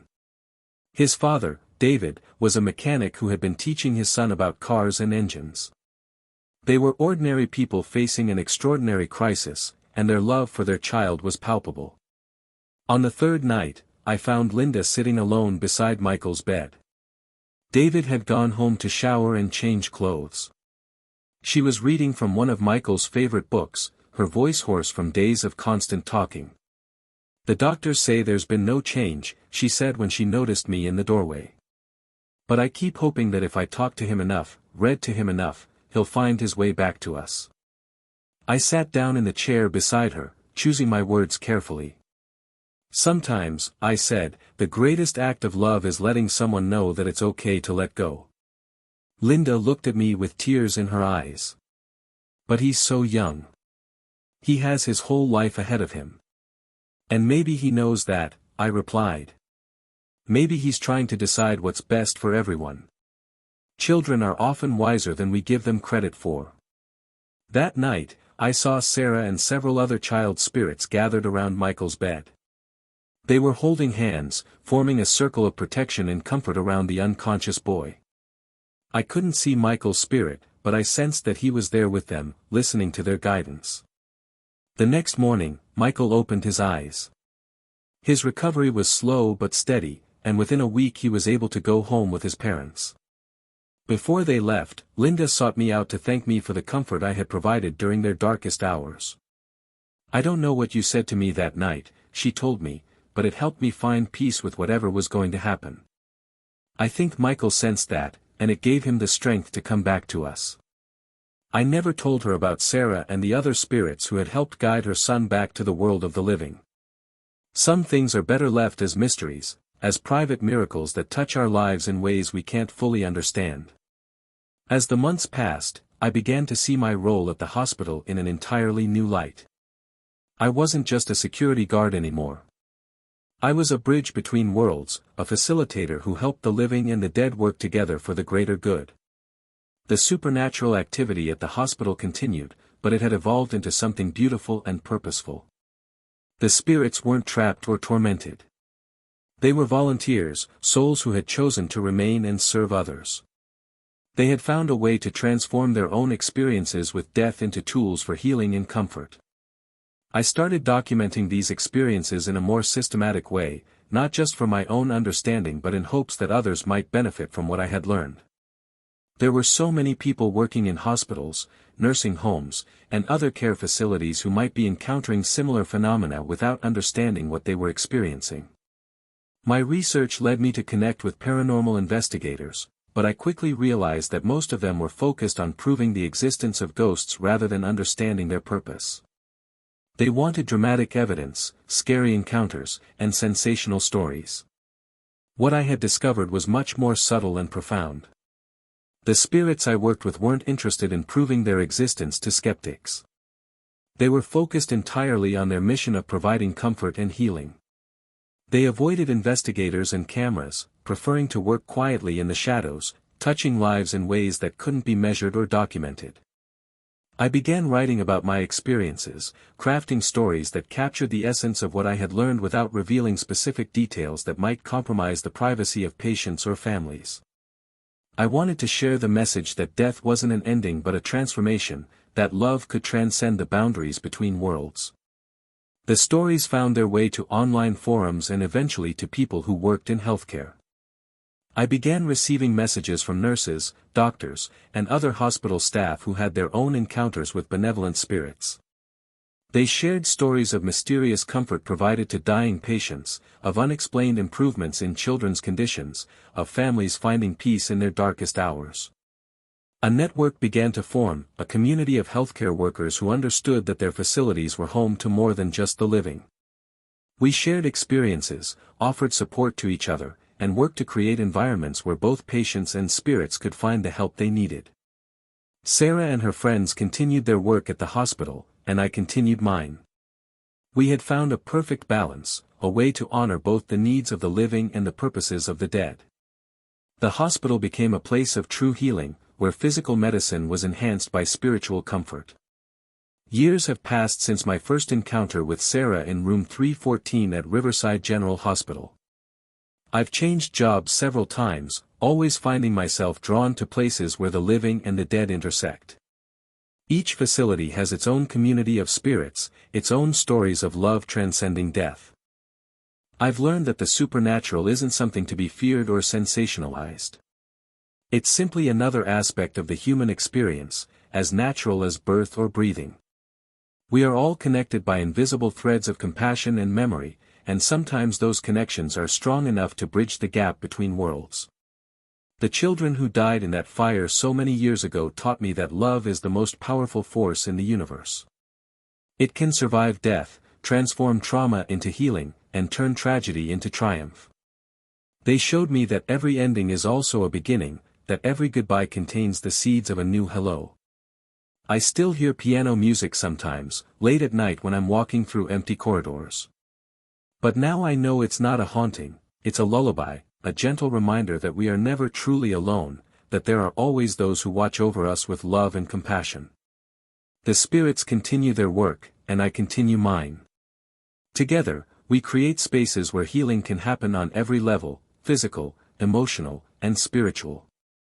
It's not the career I planned when I first put on a security guard's uniform, but it's the one I was meant for. And somewhere in the space between worlds, Sarah still plays her piano, her music a bridge between the living and the dead, a song of hope that echoes through eternity. Posted in r/let's not meet. I used to think the worst part about living alone in a rural area was the isolation. I was wrong. The worst part is when that isolation gets interrupted by someone who shouldn't be there. My name is Jessica, and I live in a small cabin about 15 miles outside of Cedar Falls, Montana. I moved there 3 years ago after my divorce, looking for peace and quiet to rebuild my life. The nearest neighbor is over 2 miles away, and the main road is a good mile through the woods from my front door. For the most part, I loved the solitude. I worked remotely as a graphic designer, so I didn't need to commute anywhere. I had my books, my art supplies, and my 2 cats, Muffin and Biscuit. It was exactly the kind of simple life I thought I wanted. The first sign that something was wrong came on a Tuesday evening in late September. I was working on a project when I heard my motion sensor light come on outside. This wasn't unusual, deer, raccoons, and other wildlife triggered it regularly. But when I looked out the window, I didn't see any animals. Instead, I saw a man standing at the edge of my property, just barely illuminated by the light. He was tall and thin, wearing dark clothes, and he was staring directly at my cabin. When he saw me looking, he didn't run or hide. He just stood there, watching me watch him. I grabbed my phone and called out, "Can I help you with something?" He didn't respond. He just turned and walked back into the woods, disappearing into the darkness. I told myself it was probably just a hiker who had gotten lost, maybe looking for directions. But something about the encounter felt wrong. The way he had stared at my cabin, the way he hadn't seemed surprised or embarrassed to be caught lurking on my property, it all felt very deliberate. I made sure all my doors and windows were locked that night, and I kept my phone close by. I didn't sleep well, jumping at every sound the old cabin made as it settled. The next morning, I found footprints in the soft dirt around my cabin. They circled the entire building, as if someone had been walking around it, studying it from every angle. The prints were large, definitely made by a man's boots, and they were fresh. I called the local sheriff's office, but Deputy Martinez who took my report didn't seem too concerned. Probably just someone who got turned around in the woods, he said. Happens more often than you'd think. But we'll increase patrols in your area, just to be safe. I felt a little better after talking to the deputy, but that feeling didn't last long. 2 nights later, the motion sensor light came on again. This time, when I looked outside, I saw the same man standing in my driveway, much closer to the cabin than before. He was holding something in his hands. It looked like a camera or binoculars. When the light hit him, he lowered whatever he was holding and looked directly at my window. Even from that distance, I could see him smile. I called 911 immediately, but by the time Deputy Martinez arrived 20 minutes later, the man was gone. The deputy found more footprints, and this time there were tire tracks on the dirt road leading to my cabin. Someone had parked there and walked the rest of the way. "I'm going to be honest with you, Miss Chen," Deputy Martinez said as he finished taking photos of the evidence. "This doesn't look like someone who just got lost. Someone's been watching your place, studying your routine. Do you have anywhere else you can stay for a while?" I didn't. My family lived across the country, and I didn't have any close friends in the area yet. Besides, I had just bought this cabin. I wasn't about to let some creep scare me away from my home. "I'll be fine," I told the deputy. "I have good locks, and I'll keep my phone with me." Deputy Martinez looked skeptical, but he gave me his direct number and promised to have patrol cars check on me more frequently. That night, I barely slept. Every sound made me jump, the wind in the trees, the cats moving around, the old floorboards creaking. I kept my bedroom door locked and a baseball bat beside my bed. Around 3 a.m., I heard something that made my blood run cold. It was the sound of someone trying to turn the handle on my front door. The door was locked, but I could hear the handle being tested, slowly and carefully. I grabbed my phone and called 911, whispering to the dispatcher that someone was trying to break into my house. Then I heard footsteps moving around the cabin, and I realized the intruder was checking all the doors and windows. The footsteps stopped at my bedroom window. I could see a shadow moving outside, and then I heard a soft tapping on the glass. Not aggressive pounding, just gentle tapping, like someone politely asking to be let in. "Jessica," a voice called softly from outside. "I know you're awake. I just want to talk to you." The fact that he knew my name made everything 10 times worse. This wasn't a random break-in attempt. This person had been watching me, learning about me, planning this. "The police are on their way," I called back, trying to keep my voice steady. He laughed, a sound that made my skin crawl. "They won't get here in time, Jessica. They never do out here. Why don't you just open the door? I promise I won't hurt you. I just want to get to know you better." I stayed silent, clutching my phone and the baseball bat. The tapping continued for what felt like hours but was probably only minutes. Then I heard the footsteps moving away from the window. I thought he was leaving, but then I heard a new sound that made my heart stop, the sound of breaking glass from somewhere else in the cabin. He had broken the small window in my bathroom, the one I had forgotten to check when I was securing the house. I could hear him climbing through, his boots hitting the bathroom floor. I was trapped. The bedroom door was locked, but it was just a standard interior door, it wouldn't hold against a determined intruder. I had maybe seconds before he made it to my room. I did the only thing I could think of. I opened my bedroom window as quietly as possible and climbed out into the night. I was wearing just pajamas and slippers, but I didn't have time to grab anything else.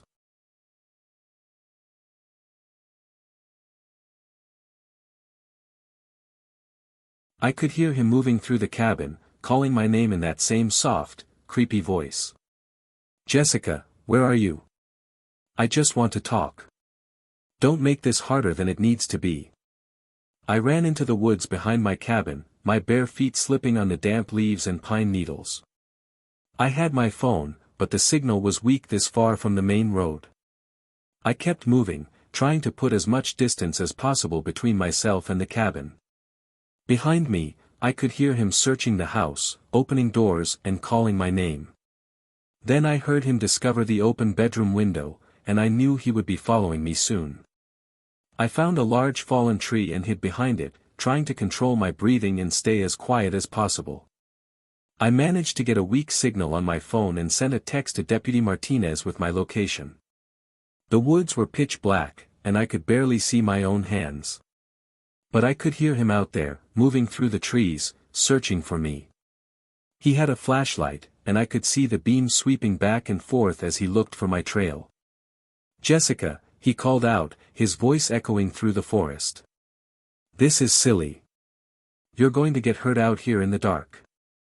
Just come back to the cabin and we can talk like civilized people." I stayed hidden behind the fallen tree, shivering in the cold night air. My feet were cut and bleeding from running through the woods in slippers, but I didn't dare move. The flashlight beam came closer, and I could hear his footsteps approaching my hiding spot. I gripped the baseball bat tighter, knowing that if he found me, I would have to fight. Then I heard the most beautiful sound in the world, sirens in the distance, getting closer. The intruder heard them too, because the flashlight beam suddenly went out and I heard him crashing through the woods, running away from the sound of approaching help. Deputy Martinez found me 20 minutes later, still hiding behind the fallen tree. I was hypothermic and in shock, but alive. They searched the woods but didn't find the intruder. He had vanished as completely as he had appeared. The investigation revealed some disturbing facts. The man had been watching my cabin for weeks, maybe months.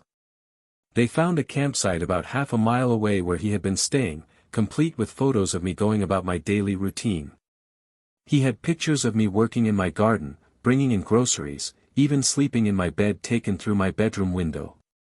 There were also detailed notes about my schedule, my habits, and my routines. He knew what time I went to bed, what time I woke up, when I went into town for supplies. He had been planning this for a long time.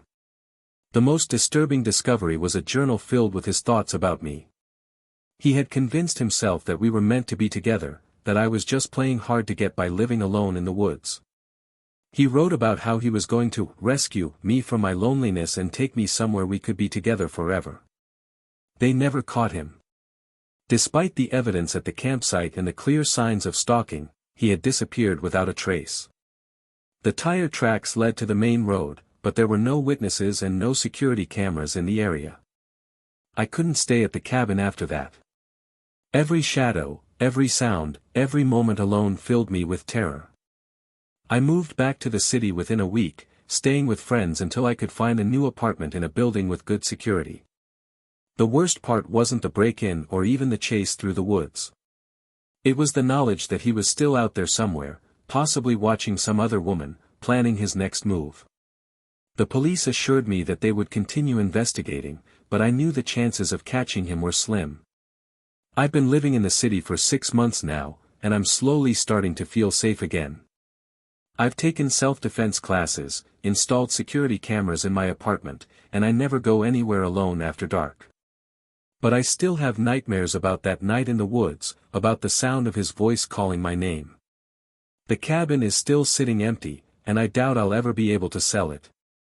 Who wants to buy a house where someone was stalked and nearly kidnapped? Sometimes I wonder if he's still out there, still watching the empty cabin, waiting for me to come back.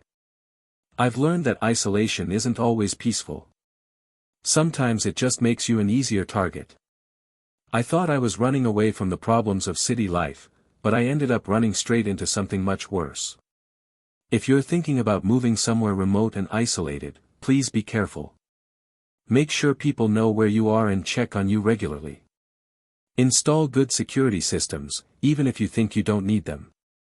And trust your instincts. If something feels wrong, it probably is. I still love the idea of living in the woods, of having that connection with nature and that sense of peace.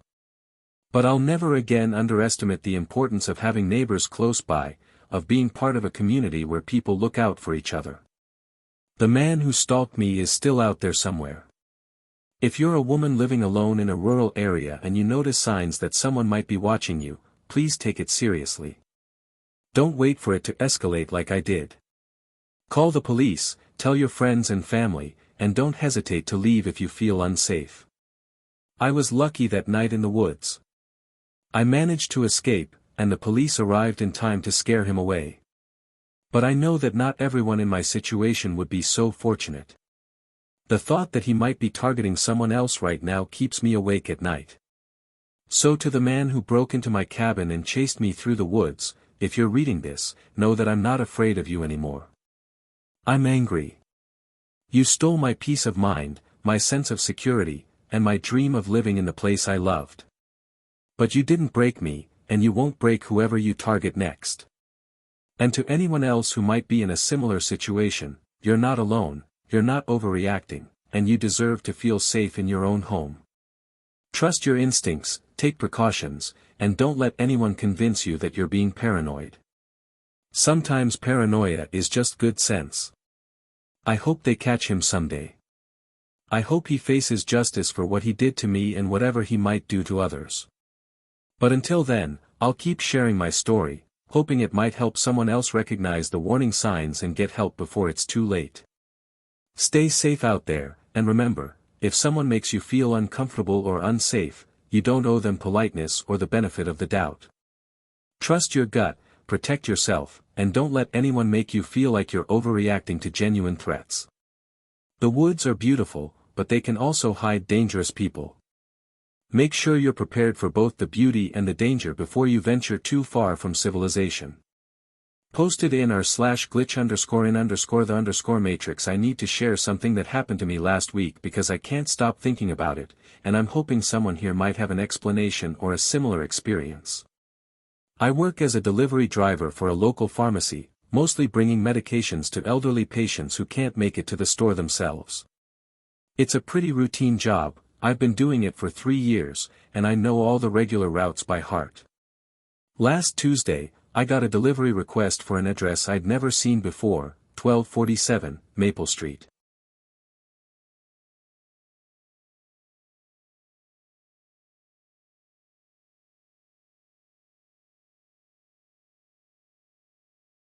The name on the order was Margaret Henley, and she needed her heart medication delivered urgently. The address was in the Riverside neighborhood, which I knew well, so I loaded up the medication and headed out. Here's where things get weird. I've driven down Maple Street hundreds of times over the years. It's a short street with maybe 20 houses, all built in the 1950s, all very similar ranch-style homes. I know that street like the back of my hand.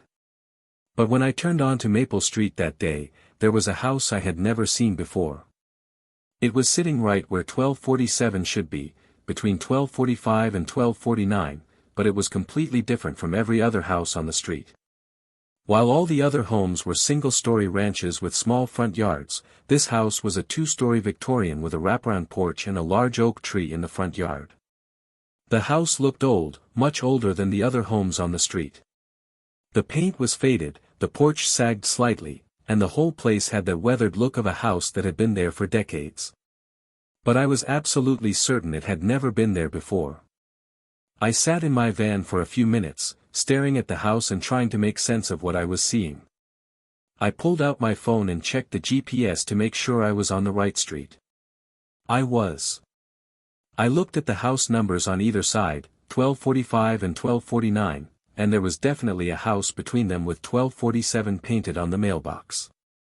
I figured maybe I had just never noticed it before, even though that seemed impossible. Sometimes your brain just filters out things you're not paying attention to, right? So I grabbed the medication and walked up to the front door. The porch creaked under my feet as I approached the door. There was an old-fashioned doorbell, the kind you twist instead of push, and when I turned it, I could hear it ringing inside the house. An elderly woman answered the door. She was probably in her 80s, with white hair pulled back in a bun and wearing a floral dress that looked like it was from the 1960s. She smiled when she saw me and said, "Oh, you must be from the pharmacy. I'm Margaret Henley." I handed her the medication and she signed for it on my electronic pad.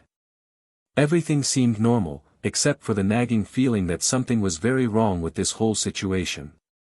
"Have you lived here long, Mrs. Henley?" I asked, trying to sound casual. "Oh my, Yes, she replied. My husband and I bought this house in 1952, right after we got married. He passed away 15 years ago, but I can't bear to leave.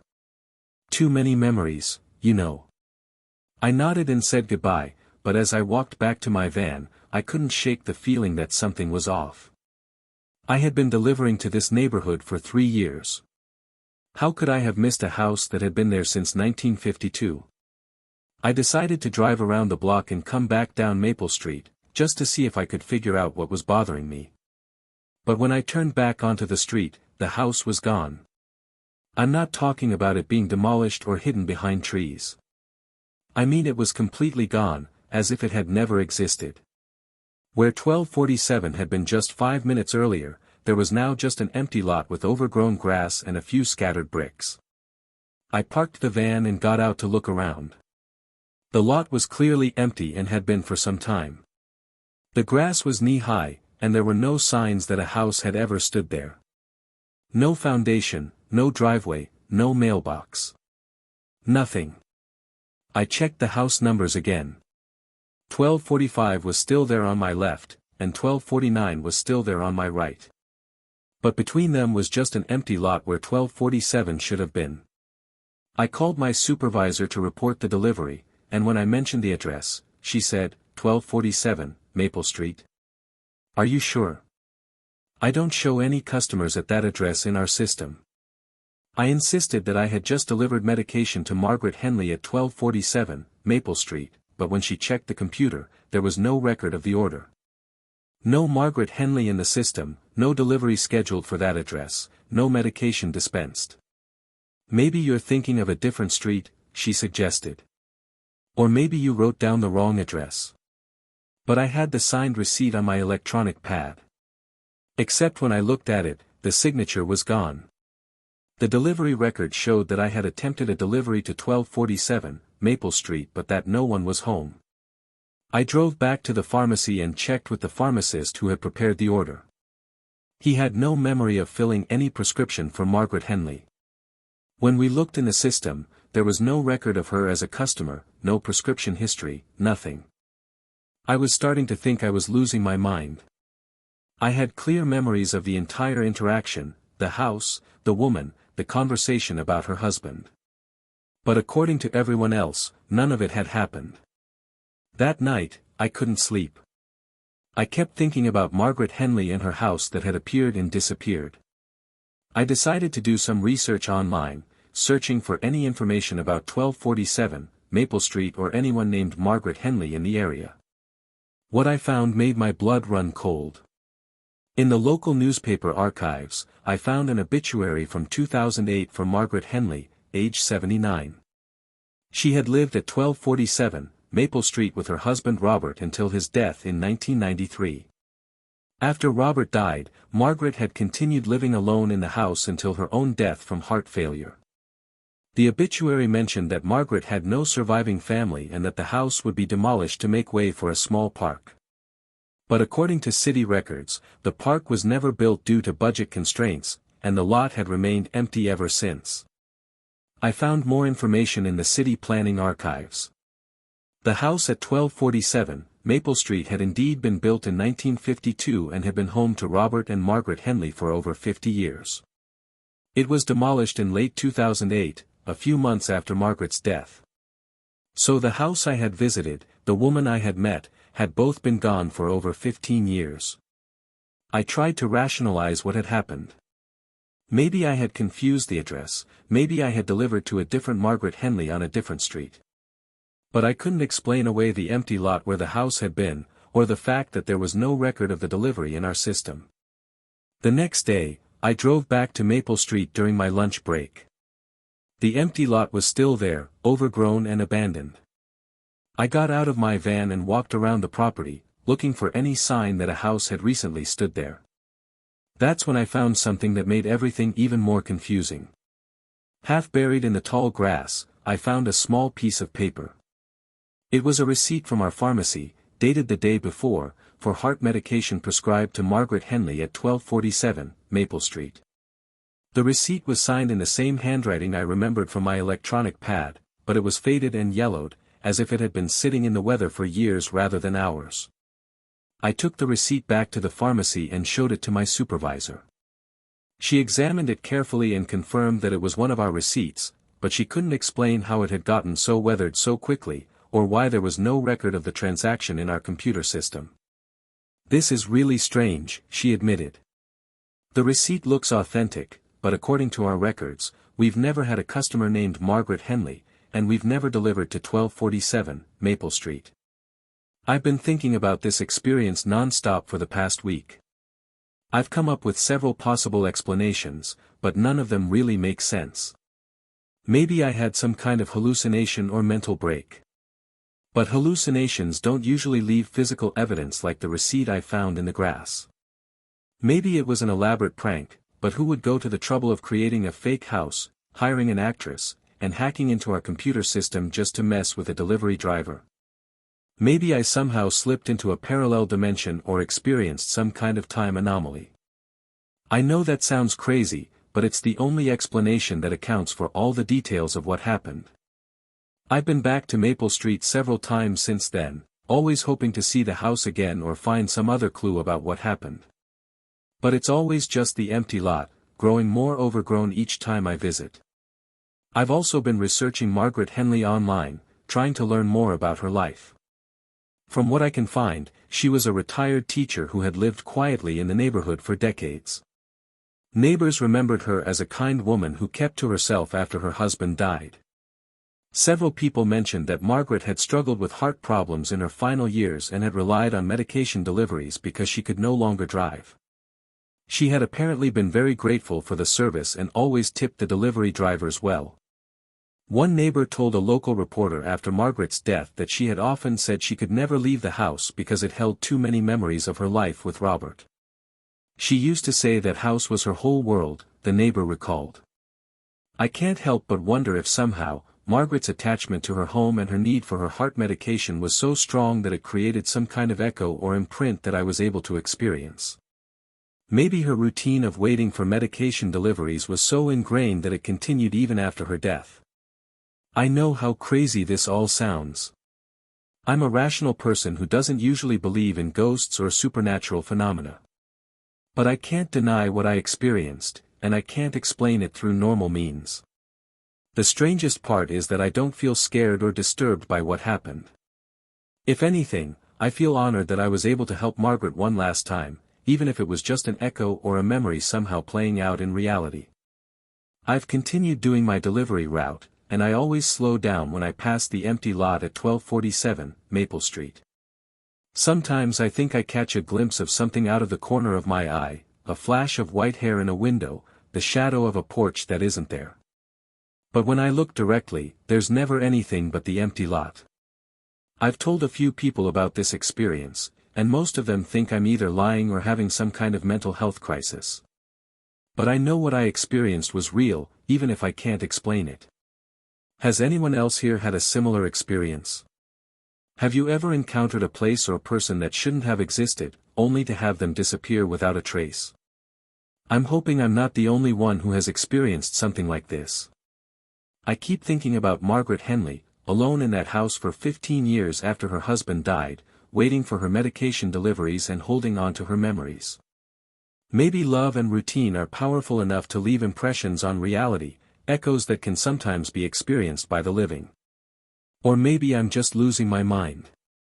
But if I am, at least I was able to help an elderly woman get her heart medication one last time, even if she's been dead for 15 years. I guess some mysteries are meant to remain unsolved. But I'll never forget Margaret Henley or the house that existed for just long enough to let me complete one final delivery.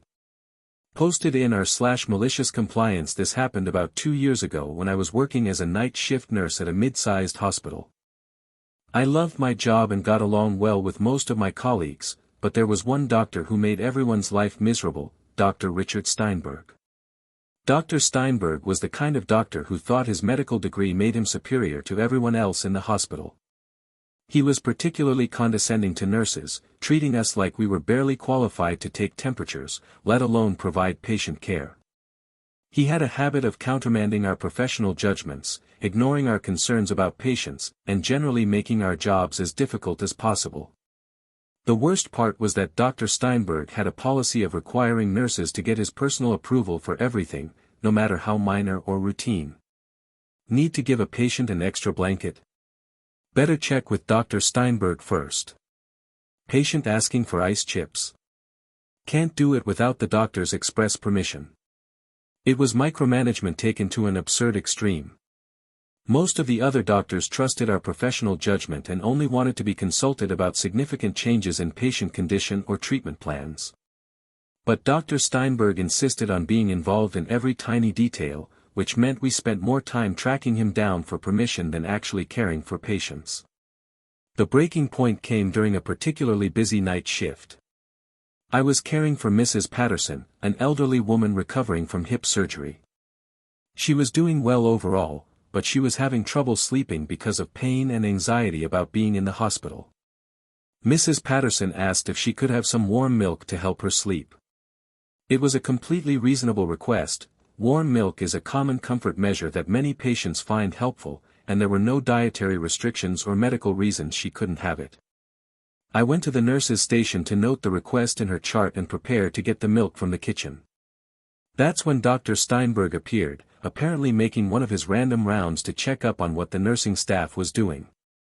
"What are you documenting there, Nurse Williams?" he asked in his usual condescending tone. "Mrs. Patterson in room 312 requested some warm milk to help her sleep," I replied. "I'm just noting it in her chart before I get it for her." Dr. Steinberg frowned. "Did you get my approval for that?" I stared at him. "For warm milk? She has no dietary restrictions, no diabetes, no lactose intolerance.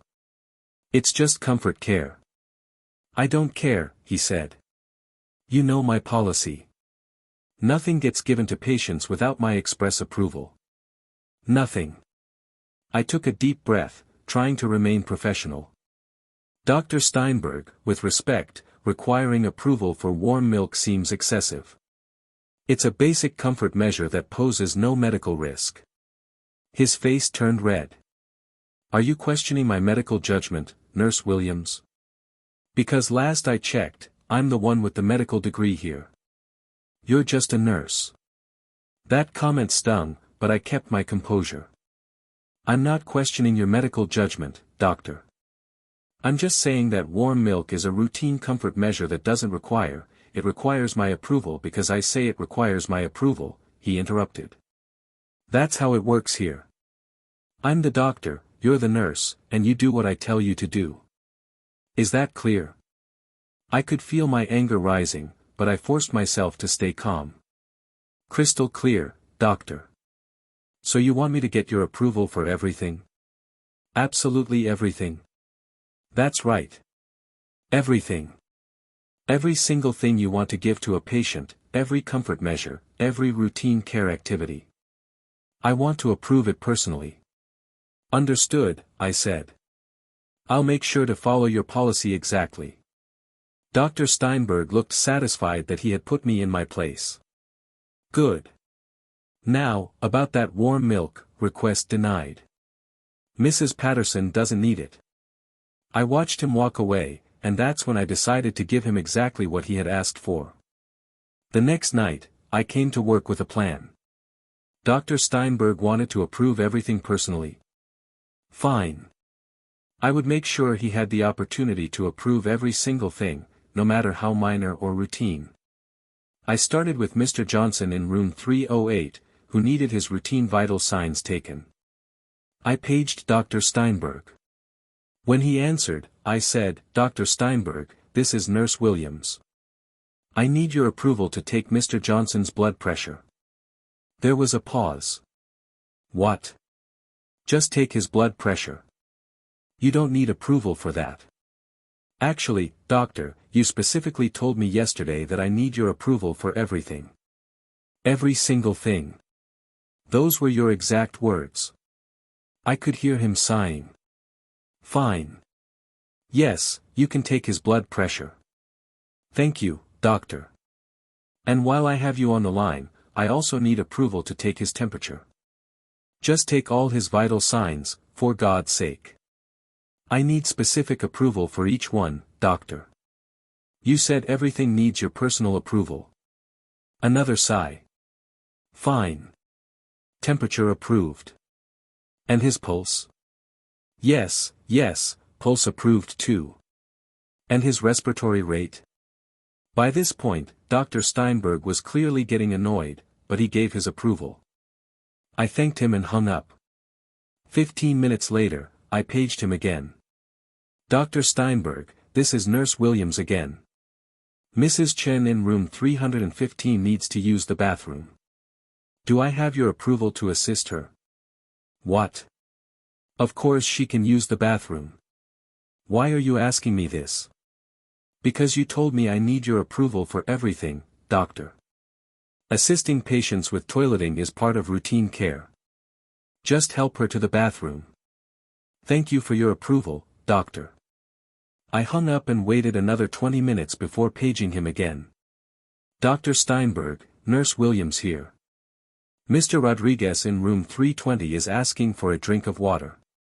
Do I have your approval to give him water? This time, Dr. Steinberg's voice was strained. Nurse Williams, you're being ridiculous. Of course patients can have water. I'm just following your policy, doctor. You said I need approval for everything I give to patients. Water is something I'm giving to a patient. Fine. Water approved. But stop calling me for every little thing. I'm sorry, doctor, but you specifically told me that I need your approval for every single thing. I'm just trying to follow your instructions exactly. I continued this pattern throughout the night. I called for approval to give patients tissues when they sneezed, adjust the height of their beds, turn on or off the television in their rooms, provide extra pillows, open or close window blinds, give patients their routine medications, even though I had standing orders, help them wash their hands, provide fresh water pitchers, change their bed linens, turn lights on or off by 3 a.m. Dr. Steinberg was furious. He stormed up to the nurse's station where I was calmly documenting patient care. Nurse Williams, what the hell do you think you're doing? He demanded. I looked up innocently.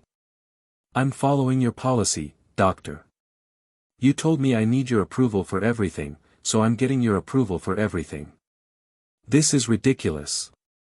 You're calling me every 15 minutes for completely routine things. Yes, doctor. Because you told me that everything requires your personal approval.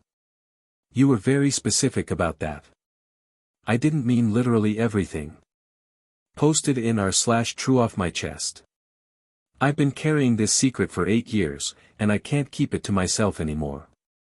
I need to tell someone, even if it's just strangers on the internet, because the guilt is eating me alive. When I was 22, I was working as a cashier at a small grocery store in my hometown.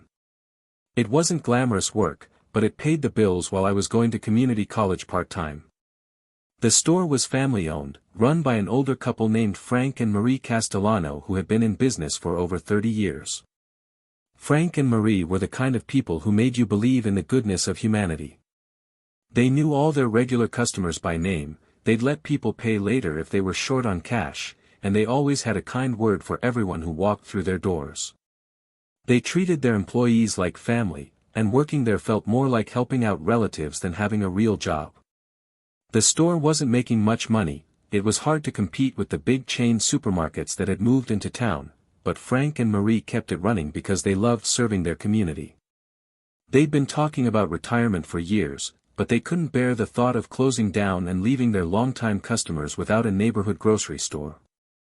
I pulled out my phone and showed him the notes I had taken during our conversation the previous night. Actually, doctor, you said, and I quote, everything. Every single thing you want to give to a patient, every comfort measure, every routine care activity. I want to approve it personally. Those were your exact words. Dr. Steinberg's face was turning purple. You know damn well that's not what I meant. I'm sorry, doctor, but I can only go by what you actually said. You were very clear that you wanted to approve everything personally. I'm just trying to be a good nurse and follow your instructions. This is insubordination. No, doctor, this is compliance. You gave me specific instructions, and I'm following them exactly.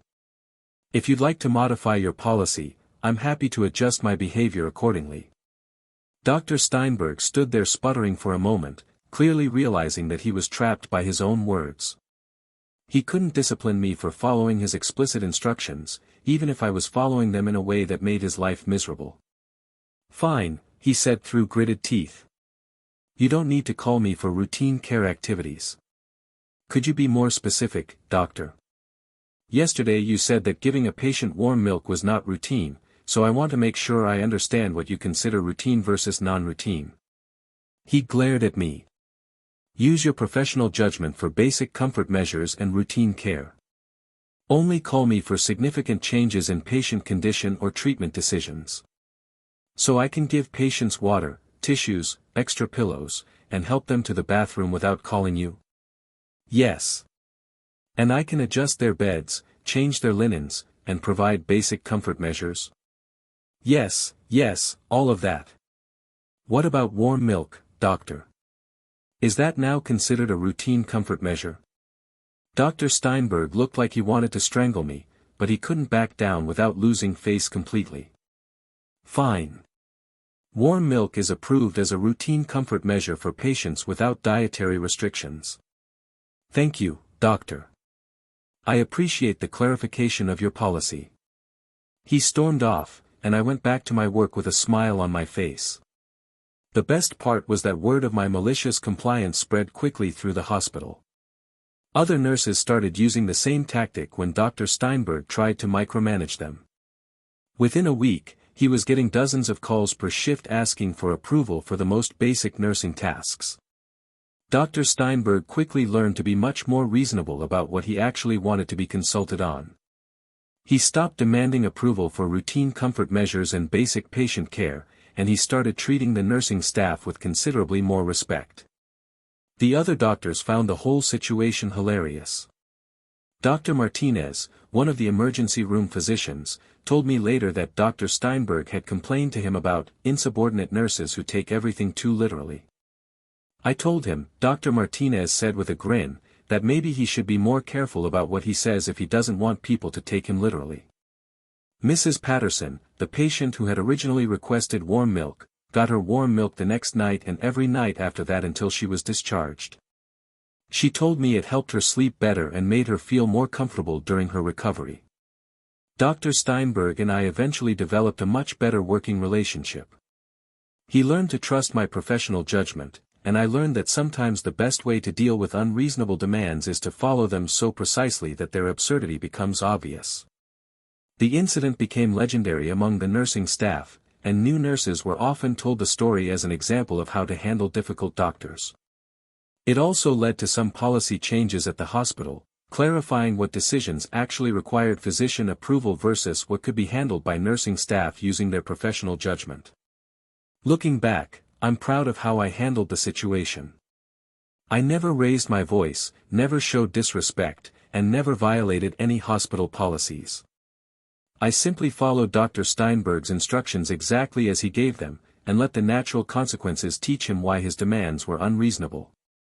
Sometimes the best way to deal with a power-hungry micromanager is to give them exactly what they ask for, in the most literal way possible.